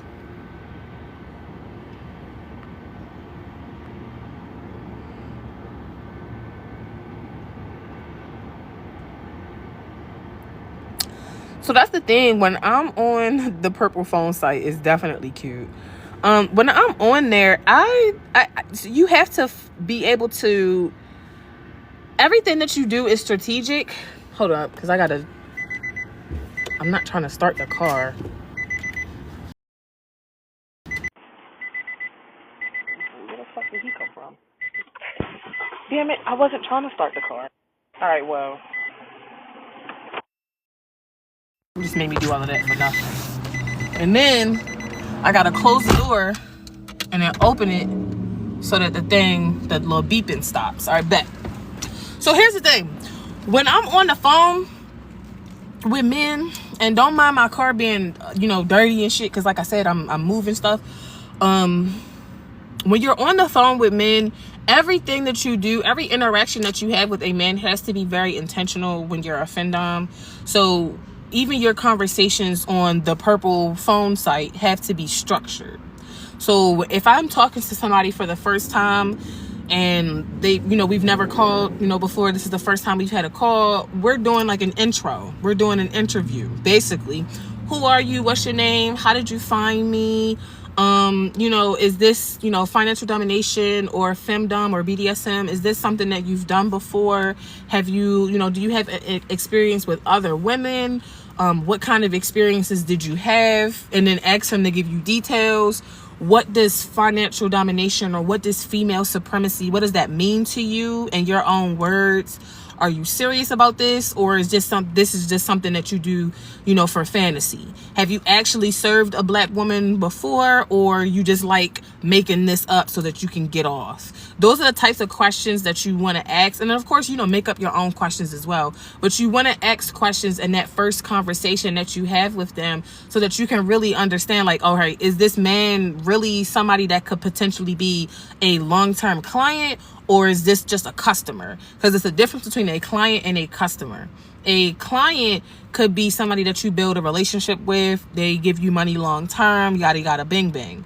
But a customer, y'all just might have some fun. He might send you some money or buy something from you, but you're not about to spend time trying to get to know him. If you could tell, oh, well, yeah, I never really did this before. This is just a fantasy. I got a wife and kids. I don't really be getting down with shit like this. I'm just calling to see what's up. That's a customer. But the guy that's like, oh yeah, I've done this before. I've been a sub for 15 years. I believe that black female supremacy is important to me. I voted for Kamala Harris. I vote for women. I go to rallies and stuff like that. Like, you can tell, you can tell when a man is serious, but you also have to be willing to ask those questions. One of the other reasons why it's important to structure your conversations is because when you are asking questions, he's doing most of the talking. The whole point of using the app is not for you to just get a little bit of money. You want to get as much money as possible. And the whole point the whole way to do that is by keeping them on the phone longer. You're going to feel burnt out by constantly feeling like, oh, I got to be sexy, or I got to be sexual, or I got to do this and I got to say that in order to keep him interested. That's going to make you burnt out. What you need to do is put the onus back on him, put the ball back in his court, and have some questions that you ask. Because like I always tell my students, anytime a man talks to me, I build a file off of him. So the first conversation that we have, I'm taking your name, location, age, are you married, what do you do for a living? Like, I'm literally creating a file off of you. The answers that you're giving me to those questions while we on Night Flirt, I'm writing those down and I'm creating a file for you so that I remember who you is when you call me the next time, so I can use certain things against you, or I can, play that shit into my favor, or this, that, and the third. But you really You have to be intentional. And when you move like that, you can get a man to talk more. And if he's talking more than you're talking, he will stay on that fucking phone forever. I'm telling you. If he's doing most of the talking, you have won. You don't want to be doing most of the talking on the phone with men when you're getting paid per minute to do it. You want to get him to be yapping and yapping and yapping. And trust and believe, niggas be yapping. They be gossiping, they be pillow talking, they will talk your fucking head off. If you can get a man to talk, he will talk your fucking head off. And that's how you go from having a 5-minute conversation where you just make $10, $20 to having a 90-minute conversation where you make $500. So you have to have some structure to what you're doing, even if it's just talking on the phone. And the more you get a man to talk about himself, the more money you will make, and the more information you will know about him. So the next time he calls you back, he's going to remember, oh, damn, I spent 90 minutes talking to her. We must have had a really good connection. Let me call her again. So now he's, you're more memorable. He feels connected to you because he spent a lot of time talking to you, right? And spent a lot of money. He's going to want to call you again. And then now, because you was writing shit down and you got a file on him, the next time he calls you, even if 2-3 weeks have gone by, or even if a whole month has gone by, you're remembering little small details about him. Girl! That's how you make the money. That's how you do it. That's how you do it. How do I get more followers on Twitter? I just started posting. I just started 4 days ago, and I've just been posting a lot. So that is a good question. One way to get followers is to be very intentional in your marketing strategy. Definitely posting a lot does matter, but you don't want to be shit posting. You don't want to just be posting any type of content, any type of pictures, any type of videos. You don't really want to be posting like photos with like a bunch of filters on it, and not this type of filter like I'm talking about. Like the one I'm using right now, just so that I look like I got a little bit of makeup on, like that's fine. But if you don't want to use the filters with a bunch of bunny ears on your faces and shit like that, or filters that like change the color of the video, so like the video is purple or some shit, because that'll distort the quality of it. But you want to make sure that what you're posting is very intentional. So if you are posting pictures about yourself, you got to make sure like the captions are, like meaningful or eye-catching. Or if you're posting videos, like make sure that it's the right type of video. Don't post a video of you, don't post a video of you at Amazon, or at your job at Amazon. Like post a video of you out getting your nails done, or you out shopping, lifestyle things, right? Put yourself in your subs' shoes. What would they want to see? How would you want them to see you as a goddess? How would you want them to see you as a dom? Do you want to be seen as the type of girl that's at the gas station, pumping her own gas and picking shit up and putting it down at Amazon in a warehouse? Or do you want to be seen as the girl that's, going to nice hotels and getting her nails done and has her hair done really nice? Or, men are taking care of her, or, she's out buying flowers. She's out, shopping for clothes and shopping for shoes. What kind of imagery do you want to put out there so that your subs are getting the right kind of message and you're also creating the right kind of aesthetic that will help you get followers? Because again, people are going to be attracted to you and follow you for that reason. Now, your goal should never be, I got to hurry up and rush, the process because I need likes and I need retweets and I need this and that. People may see your content without ever liking it. Subs may see your content and send you money, but they don't retweet your stuff. So don't worry about how to get a bunch of retweets and how to get a bunch of likes. Because you can always see on the side of that on Twitter, they'll show you how many retweets you got. They'll show me how many likes you got. They'll show you now. You can see how many people bookmark your post, and you can see how many people viewed your post, even if they didn't click any buttons to interact with it. So sometimes you will have 0 likes, 0 retweets, but 1,000 people saw that post. You can still get paid. Right? Ideally, you could still get paid because, okay, they didn't like it. 1,000 people watched it. They didn't like it or they didn't retweet it. But one person out of that 1,000 sent you a tribute. So that's really what matters, not the likes or the retweets. So Be very intentional about what you're posting. Definitely post with a level of consistency. Be organized. But again, don't stress yourself out about constantly trying to get like a bunch of retweets, a bunch of likes and stuff like that.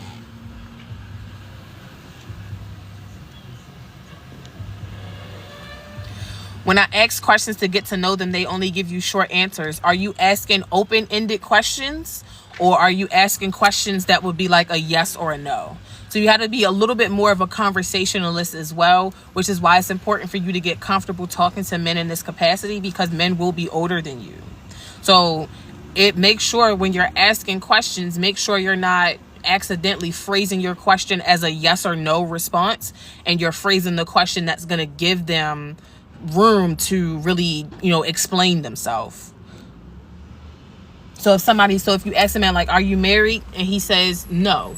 Then the next question you would be like, okay, well, you said you're 45 years old, you're unmarried. What, are you ugly or something? Why aren't you married at 45? Ha ha ha ha ha. And then give him a chance to respond. But like I said, being a conversationalist means you're asking better quality questions. So your questions should definitely be open-ended. They shouldn't be yes or no questions. If they if you do ask a yes or no question, make sure that you follow up with a rebuttal to make them clarify, to make them explain more.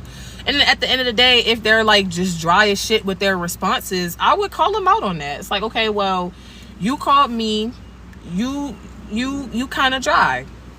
What's going on? Are you shy? Are you scared to talk to a woman? Because I'm asking you questions to try to get to know you, and you giving me dry ass answers. So do I need to hang up this phone and spend my time talking to somebody else? And I bet you he'd start talking then, because the fuck? You're not about to sit on the phone with nobody just because they paying you to sit on, paying you. Like, I don't give if you're going to be dry as shit on the phone, you can get the fuck off my phone. I don't care how, that you're paying for this call. But if I'm asking you questions to get to know you, and you should be on that same type of time to get to know all. But if I'm asking you questions to get to know you, and you should be on that same type of time to get to know me.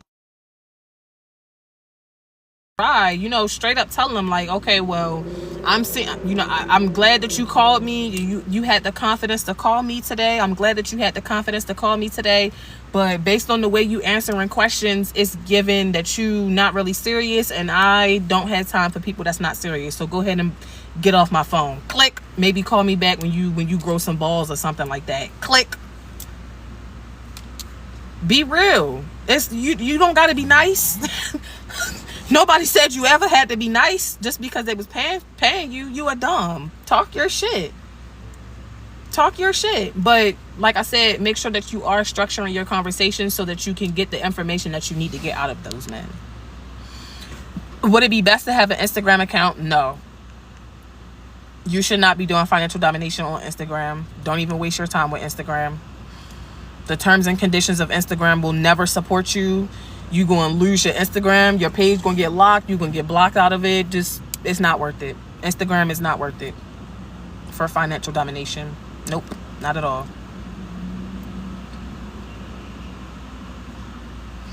I don't wear makeup in my content. If I feel like wearing makeup, I do. If I don't, I don't.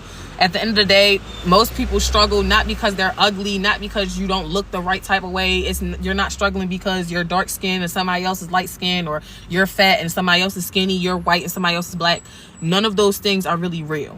The most times people struggle, or you get what I'm saying. The reasons that most people struggle is because they don't actually have a marketing strategy. They're just posting whatever, pictures of whatever, or they don't know who their ideal audience or their ideal client is. So when they do make tweets and they do post stuff, they're not really targeting a specific person. So they're just getting a bunch of scammers, or they're not consistent enough. So you started the page and you were posting, but now it's been 4 or 5 weeks since you have posted and you're not consistent. So it's not about somebody being ugly unless you know for a fact that you're fucking ugly. Because look, some people be ugly. It's usually men, but some bitches be ugly. They be ugly on the inside and the outside. Me personally, I can't relate to that because I'm pretty on the inside and the outside. I can't relate to that. But some people is ugly on the outside. And if you ugly on the outside, I'm not saying nobody in here is ugly on the outside.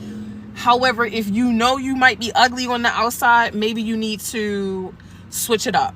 Maybe you need to switch up your hair, switch up your glasses, switch up your style, maybe get a new style. You know, you can't dress the way that you dressed as a teenager, as a little girl, you know, wearing crop tops and booty shorts. Maybe you need to start dressing like a grown woman. Maybe it's something that needs to, you know, evolve as a part of you. Or maybe you just broke as hell and you stressed the fuck out.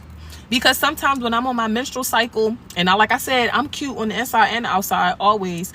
However, sometimes when I'm on my menstrual cycle and my nerves is really bad, sometimes I pick at my face and I pick at my acne, and that makes me feel ugly. So maybe you need a new skincare routine, or maybe you just depressed and stressed the fuck out, and that's got your face like you got cortisol face because your face is all swollen and you bloated and like this because you stressed out. Maybe you need to change your life around, get some medication, go to therapy so that you're not stressed out, and then like you don't have cortisol face no more. Your face is not swollen because you stressed out, or you're holding a lot of weight, or maybe you want to go to the gym.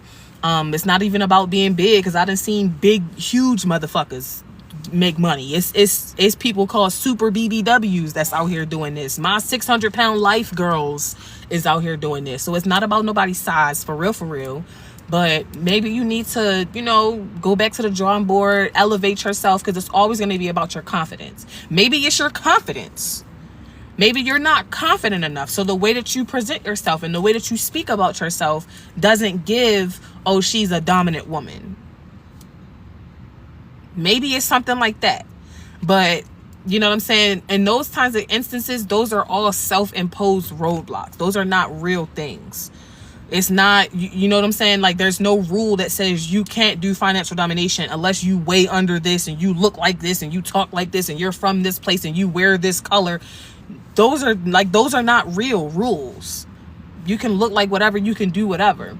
You want to be professional, of course, but like, sometimes the roadblocks that we have are really self-imposed. Yeah.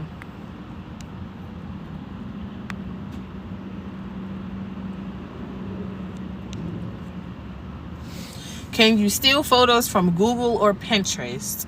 No. That would be plagiarism.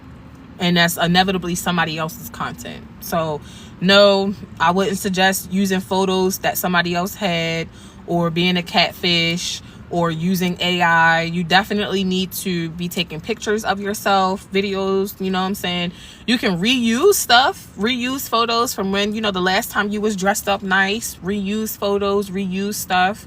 But yeah, you're definitely going to have to get comfortable being on camera, taking photos of yourself, being in that, you know, that headspace. And sometimes people's circumstances don't allow them to be in that. But again, it comes down to it. If your circumstances aren't going to allow you to fully bring to the table what it is that you need to be doing, maybe this is not the avenue that you really need to be focused on right now. If your circumstances aren't going to allow you to really give or try to, you know, make something out of nothing, and you really just don't have anything to work with, financial domination just might not be the right thing for you at this time. It's not saying that nobody can do it or you can't do it, but it's like, if you have other pressing concerns, you need to be an adult and be real with yourself and say, this is just not the time for me to be worried about this. I need to do something else. Shit, I messed up the comments. I had swiped down too fast. I did that once and I hung up. What? Girl, if you don't get out the back of my car. Do you get more traffic showing your face? Absolutely. Your face is how you make money. So at the end of the day, I mean, every bitch in the world got ass and titties. So if you're not showing your face, what are you showing? Ass and titties? Everybody got that. Even dudes got that shit now. Everybody got ass and titties. Even men have ass and titties now. These days. They can get everything. They can go buy it. So it's like your face is your money card. Your face is your money. Do you have to show your face? No. You can do whatever the fuck you want. But are you going to make more money showing your face versus being a faceless account? Yeah, for sure. Because they want to see your face. They want to see what you look like. That's how you make money. Your ass and your titties is wherever they sitting at right now is not where they're going to be sitting at 40 years from now. So you have to be a little bit more creative. And what's more attractive to a man, you may think it's your body, but what's more attractive to a man is your mind and the way that you carry yourself and the level of professionalism and the confidence that you have. Of course, your body helps. I mean, at the end of the day, they're a man. They're driven by their dicks for sure. So it's all just gonna play into your favor. But I've been dressed like this, and I still get tributes from men because they can see my face, they can hear what I'm talking about.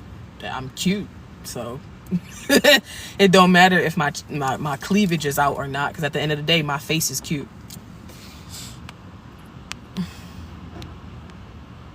Some people look a mess, love, and you aren't one of those people. Yeah, she wasn't even like, I was looking at, I couldn't go to her whole page, and I just seen her little profile, and I was like, what the hell is she even talking about? I've been taking cortisol supplements. Right, that's probably what it is. You just stressed the hell out, girl. You need to calm down.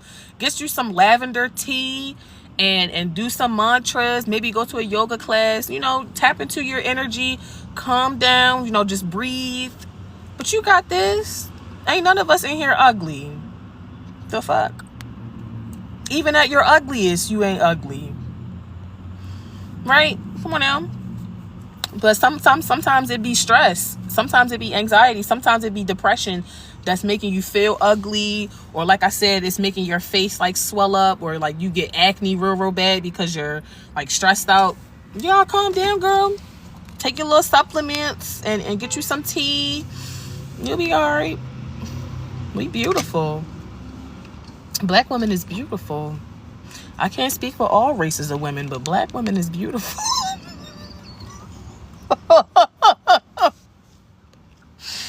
I can't speak for all races of women, but black women is beautiful. Okay. How do you vet subs? So that's what I was saying earlier. You got to ask certain kinds of questions. Top 5 questions I definitely always ask. Are you married? Do you have kids? If you don't have kids and if you're not married, I want to know why not. Because, like, are you a loser? What's going on? Like, you 45, 50 years old, you ain't married, and you ain't got no kids. What the fuck is wrong with you? No, that's exactly how I'm going to ask. So you just told me that you married. I'm like, all right, well, how long you been married? What's your wife's name? You eat her pussy? You know, I'm just asking questions. You got kids? Oh, okay. I don't really ask too much about the kids if they got kids. I just want to know if they have kids or not. And if they tell me they're not married and they don't have kids and they old as hell, I want to know why. Because typically men who are 50, 60, 70 years old, they not married, they don't have no kids, some of them be losers. And I need to know right now if you not married and you don't have no kids because everybody else already knows that you're a loser and you trying to make like you trying to present yourself in a different type of way. Like, let me know now, are you a loser or a piece of shit? Okay. Depending on how old they is, I'm gonna ask where they from. You know, do you remember segregation? Do you remember when Martin Luther King was assassinated? Where were you when that happened? Who did you vote for in the last several elections? Was it Donald Trump? And why was it Donald Trump? And now that Donald Trump has continued to do you a disservice, do you feel the same about that choice, or are you regretting that choice? You gotta ask questions. Get to know them on a real level. This is not about constantly worried about kink, constantly worried about fetish, trying to get this man off, trying to get him the... It's not about that. I'm not worried about that at all. I want to know who you are as a person. And if you are the kind of person that needs to be around me. Because not every man that you come across is somebody that's going to be worth your time. It's definitely going to be some subs you have to cut off. And you need to be willing to cut them off. Don't just do it for the money. Some subs you're going to have to cut off because they're not going to be for you. They're not going to be safe. The chemistry's not right. Y'all personalities y'all clashing with each other. Sometimes you're going to have to cut a motherfucker off and be cool with it. And cool with not taking his money and cutting him off.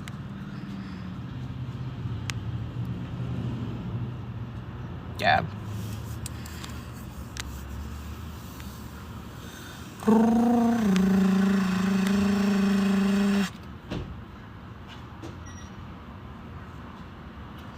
I believe, I don't know yet, if my ideal client is married, I don't want someone needy.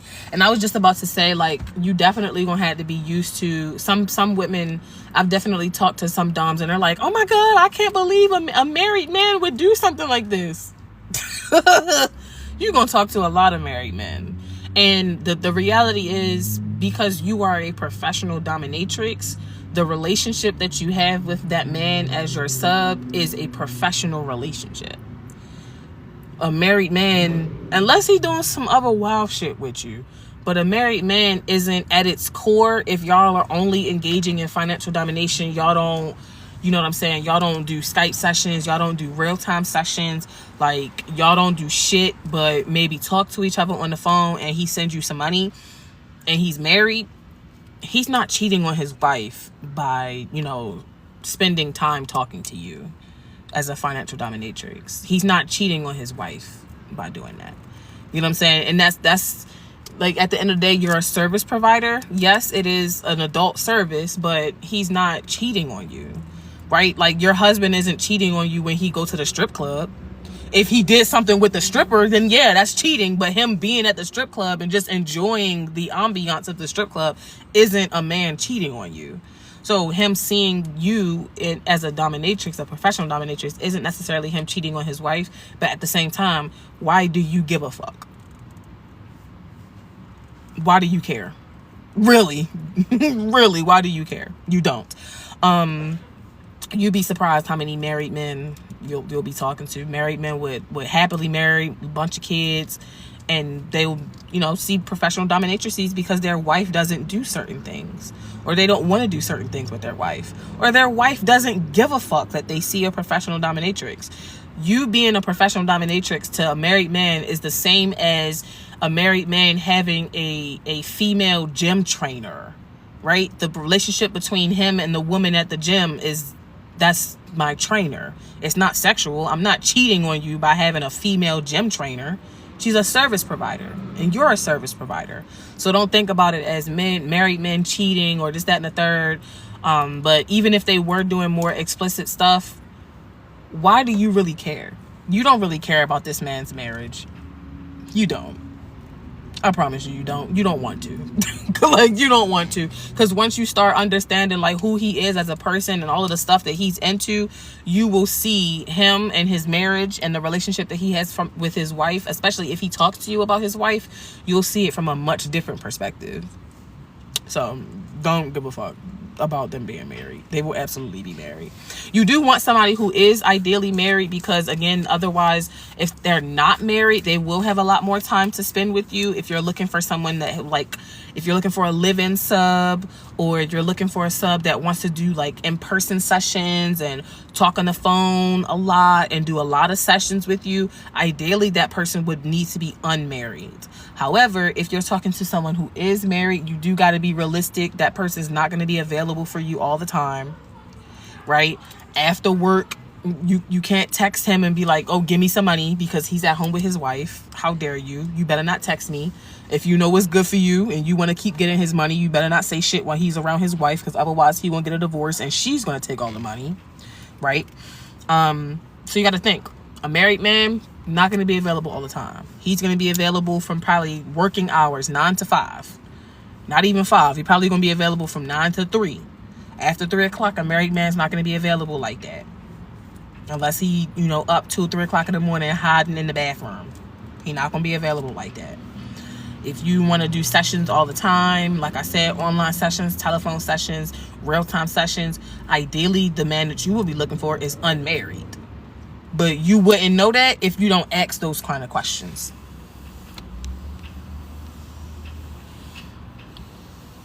I just signed up. Can't wait to get started. Welcome, goddess. Welcome, welcome, welcome. How do you do it ethically especially when they're married? Yeah, like I just said, I don't give a fuck. Like, that's the ethics that you have to have. I don't give a fuck if you're married or not. Because like I said, you're not cheating on your wife by doing something with me. Because you might be romantically attracted to me as my sub, which is to be expected. But am I romantically attracted to you? No. Is we hugging and kissing? No. Are we doing the same type of shit that you do with your wife? 9 times out of 10, no. And the real stuff that you do with your wife, we will never have. We don't have that dynamic. I am your dom. You are my sub. That's it. That's it. So, that's it. You keep it professional. You keep it moving. You have your professional boundaries. And you keep it pushing. Now, your subs will still, sometimes my subs write me love letters. Sometimes send me flowers. They do little romantic gestures for me because they're a man. I'm still going to allow a man to be a man. But we do have that boundary. I'm not your girlfriend. I'm not your wife. I'm not your baby mama. I'm not romantically attracted to you.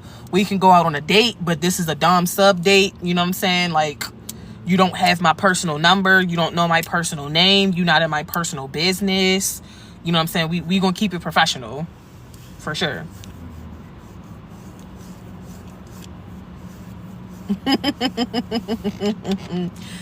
Yeah, I do enjoy race play.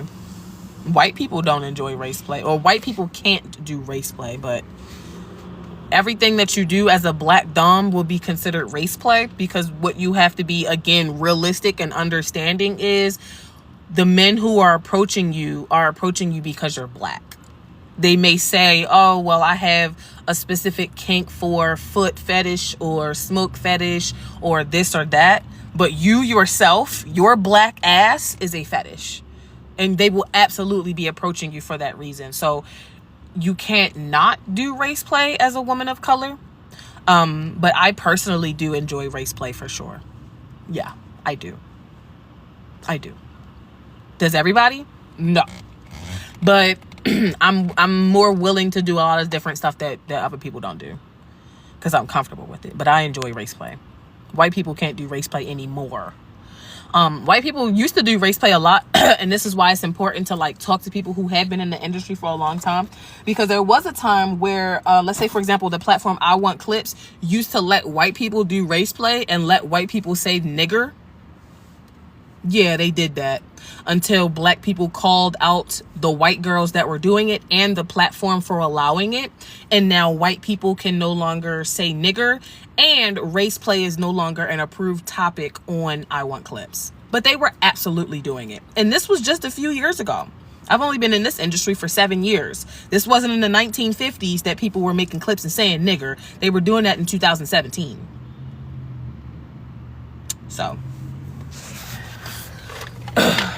looks like my phone. I'll put my phone on the charger. Hold up. Looks like my phone. I'll put my phone on the charger. Hold up.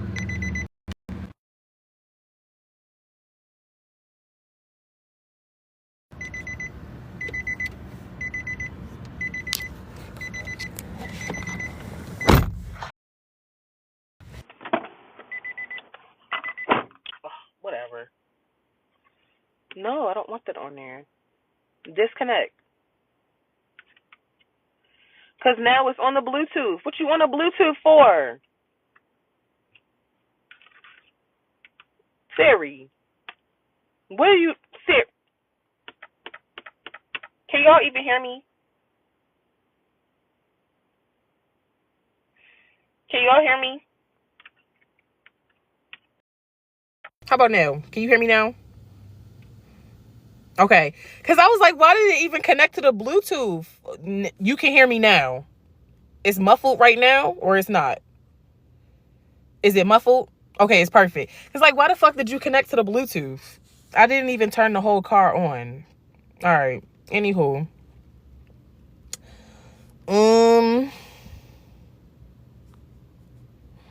Already seen that question. Already seen that.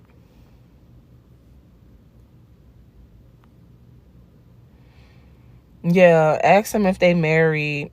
Another thing I like to do just to play around with men, when they do tell me they married, I'll be like, does your wife know what you're doing right now? And they be like, no.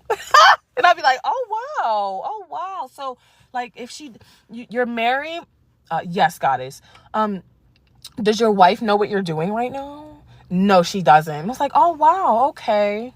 So how would your wife feel if she knew? And how old are you? 65. Okay. And how old your wife? 65. Got it. So, and she's white. Okay. Okay.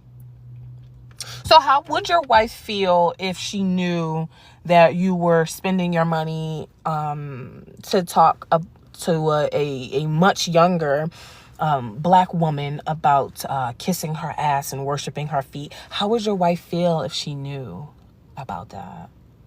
Oh, well, my wife's like a conservative and she voted for Trump twice, so she would probably like divorce me, or like she would leave me. And I was like, oh wow. So I bet you want to keep this between us, right? I bet you want to keep this, our little secret. It's like, yeah, goddess, I would appreciate that. I was like, okay.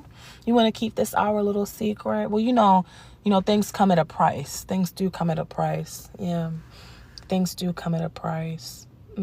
Such a shame, because if you weren't married, I'd invite you to come spend some time with me in my private dungeon. It's like, oh wow, you have a private dungeon, goddess? Oh yes, of course I do. Yeah. It's like, oh wow, so now I'm thinking about all of the things I would do with you in your private dungeon, goddess. Oh, but you can't, Tom. Remember, you have a wife. Well, maybe I can sneak away from her. Oh wow, so now you're gonna sneak away from her too? Okay. You're gonna sneak away from your wife and do what, Tom? Oh, I'm gonna sneak away from my wife and come kiss your feet. Oh wow, really, Tom? You get what I'm saying? This is how the conversation goes. You gotta feed into it.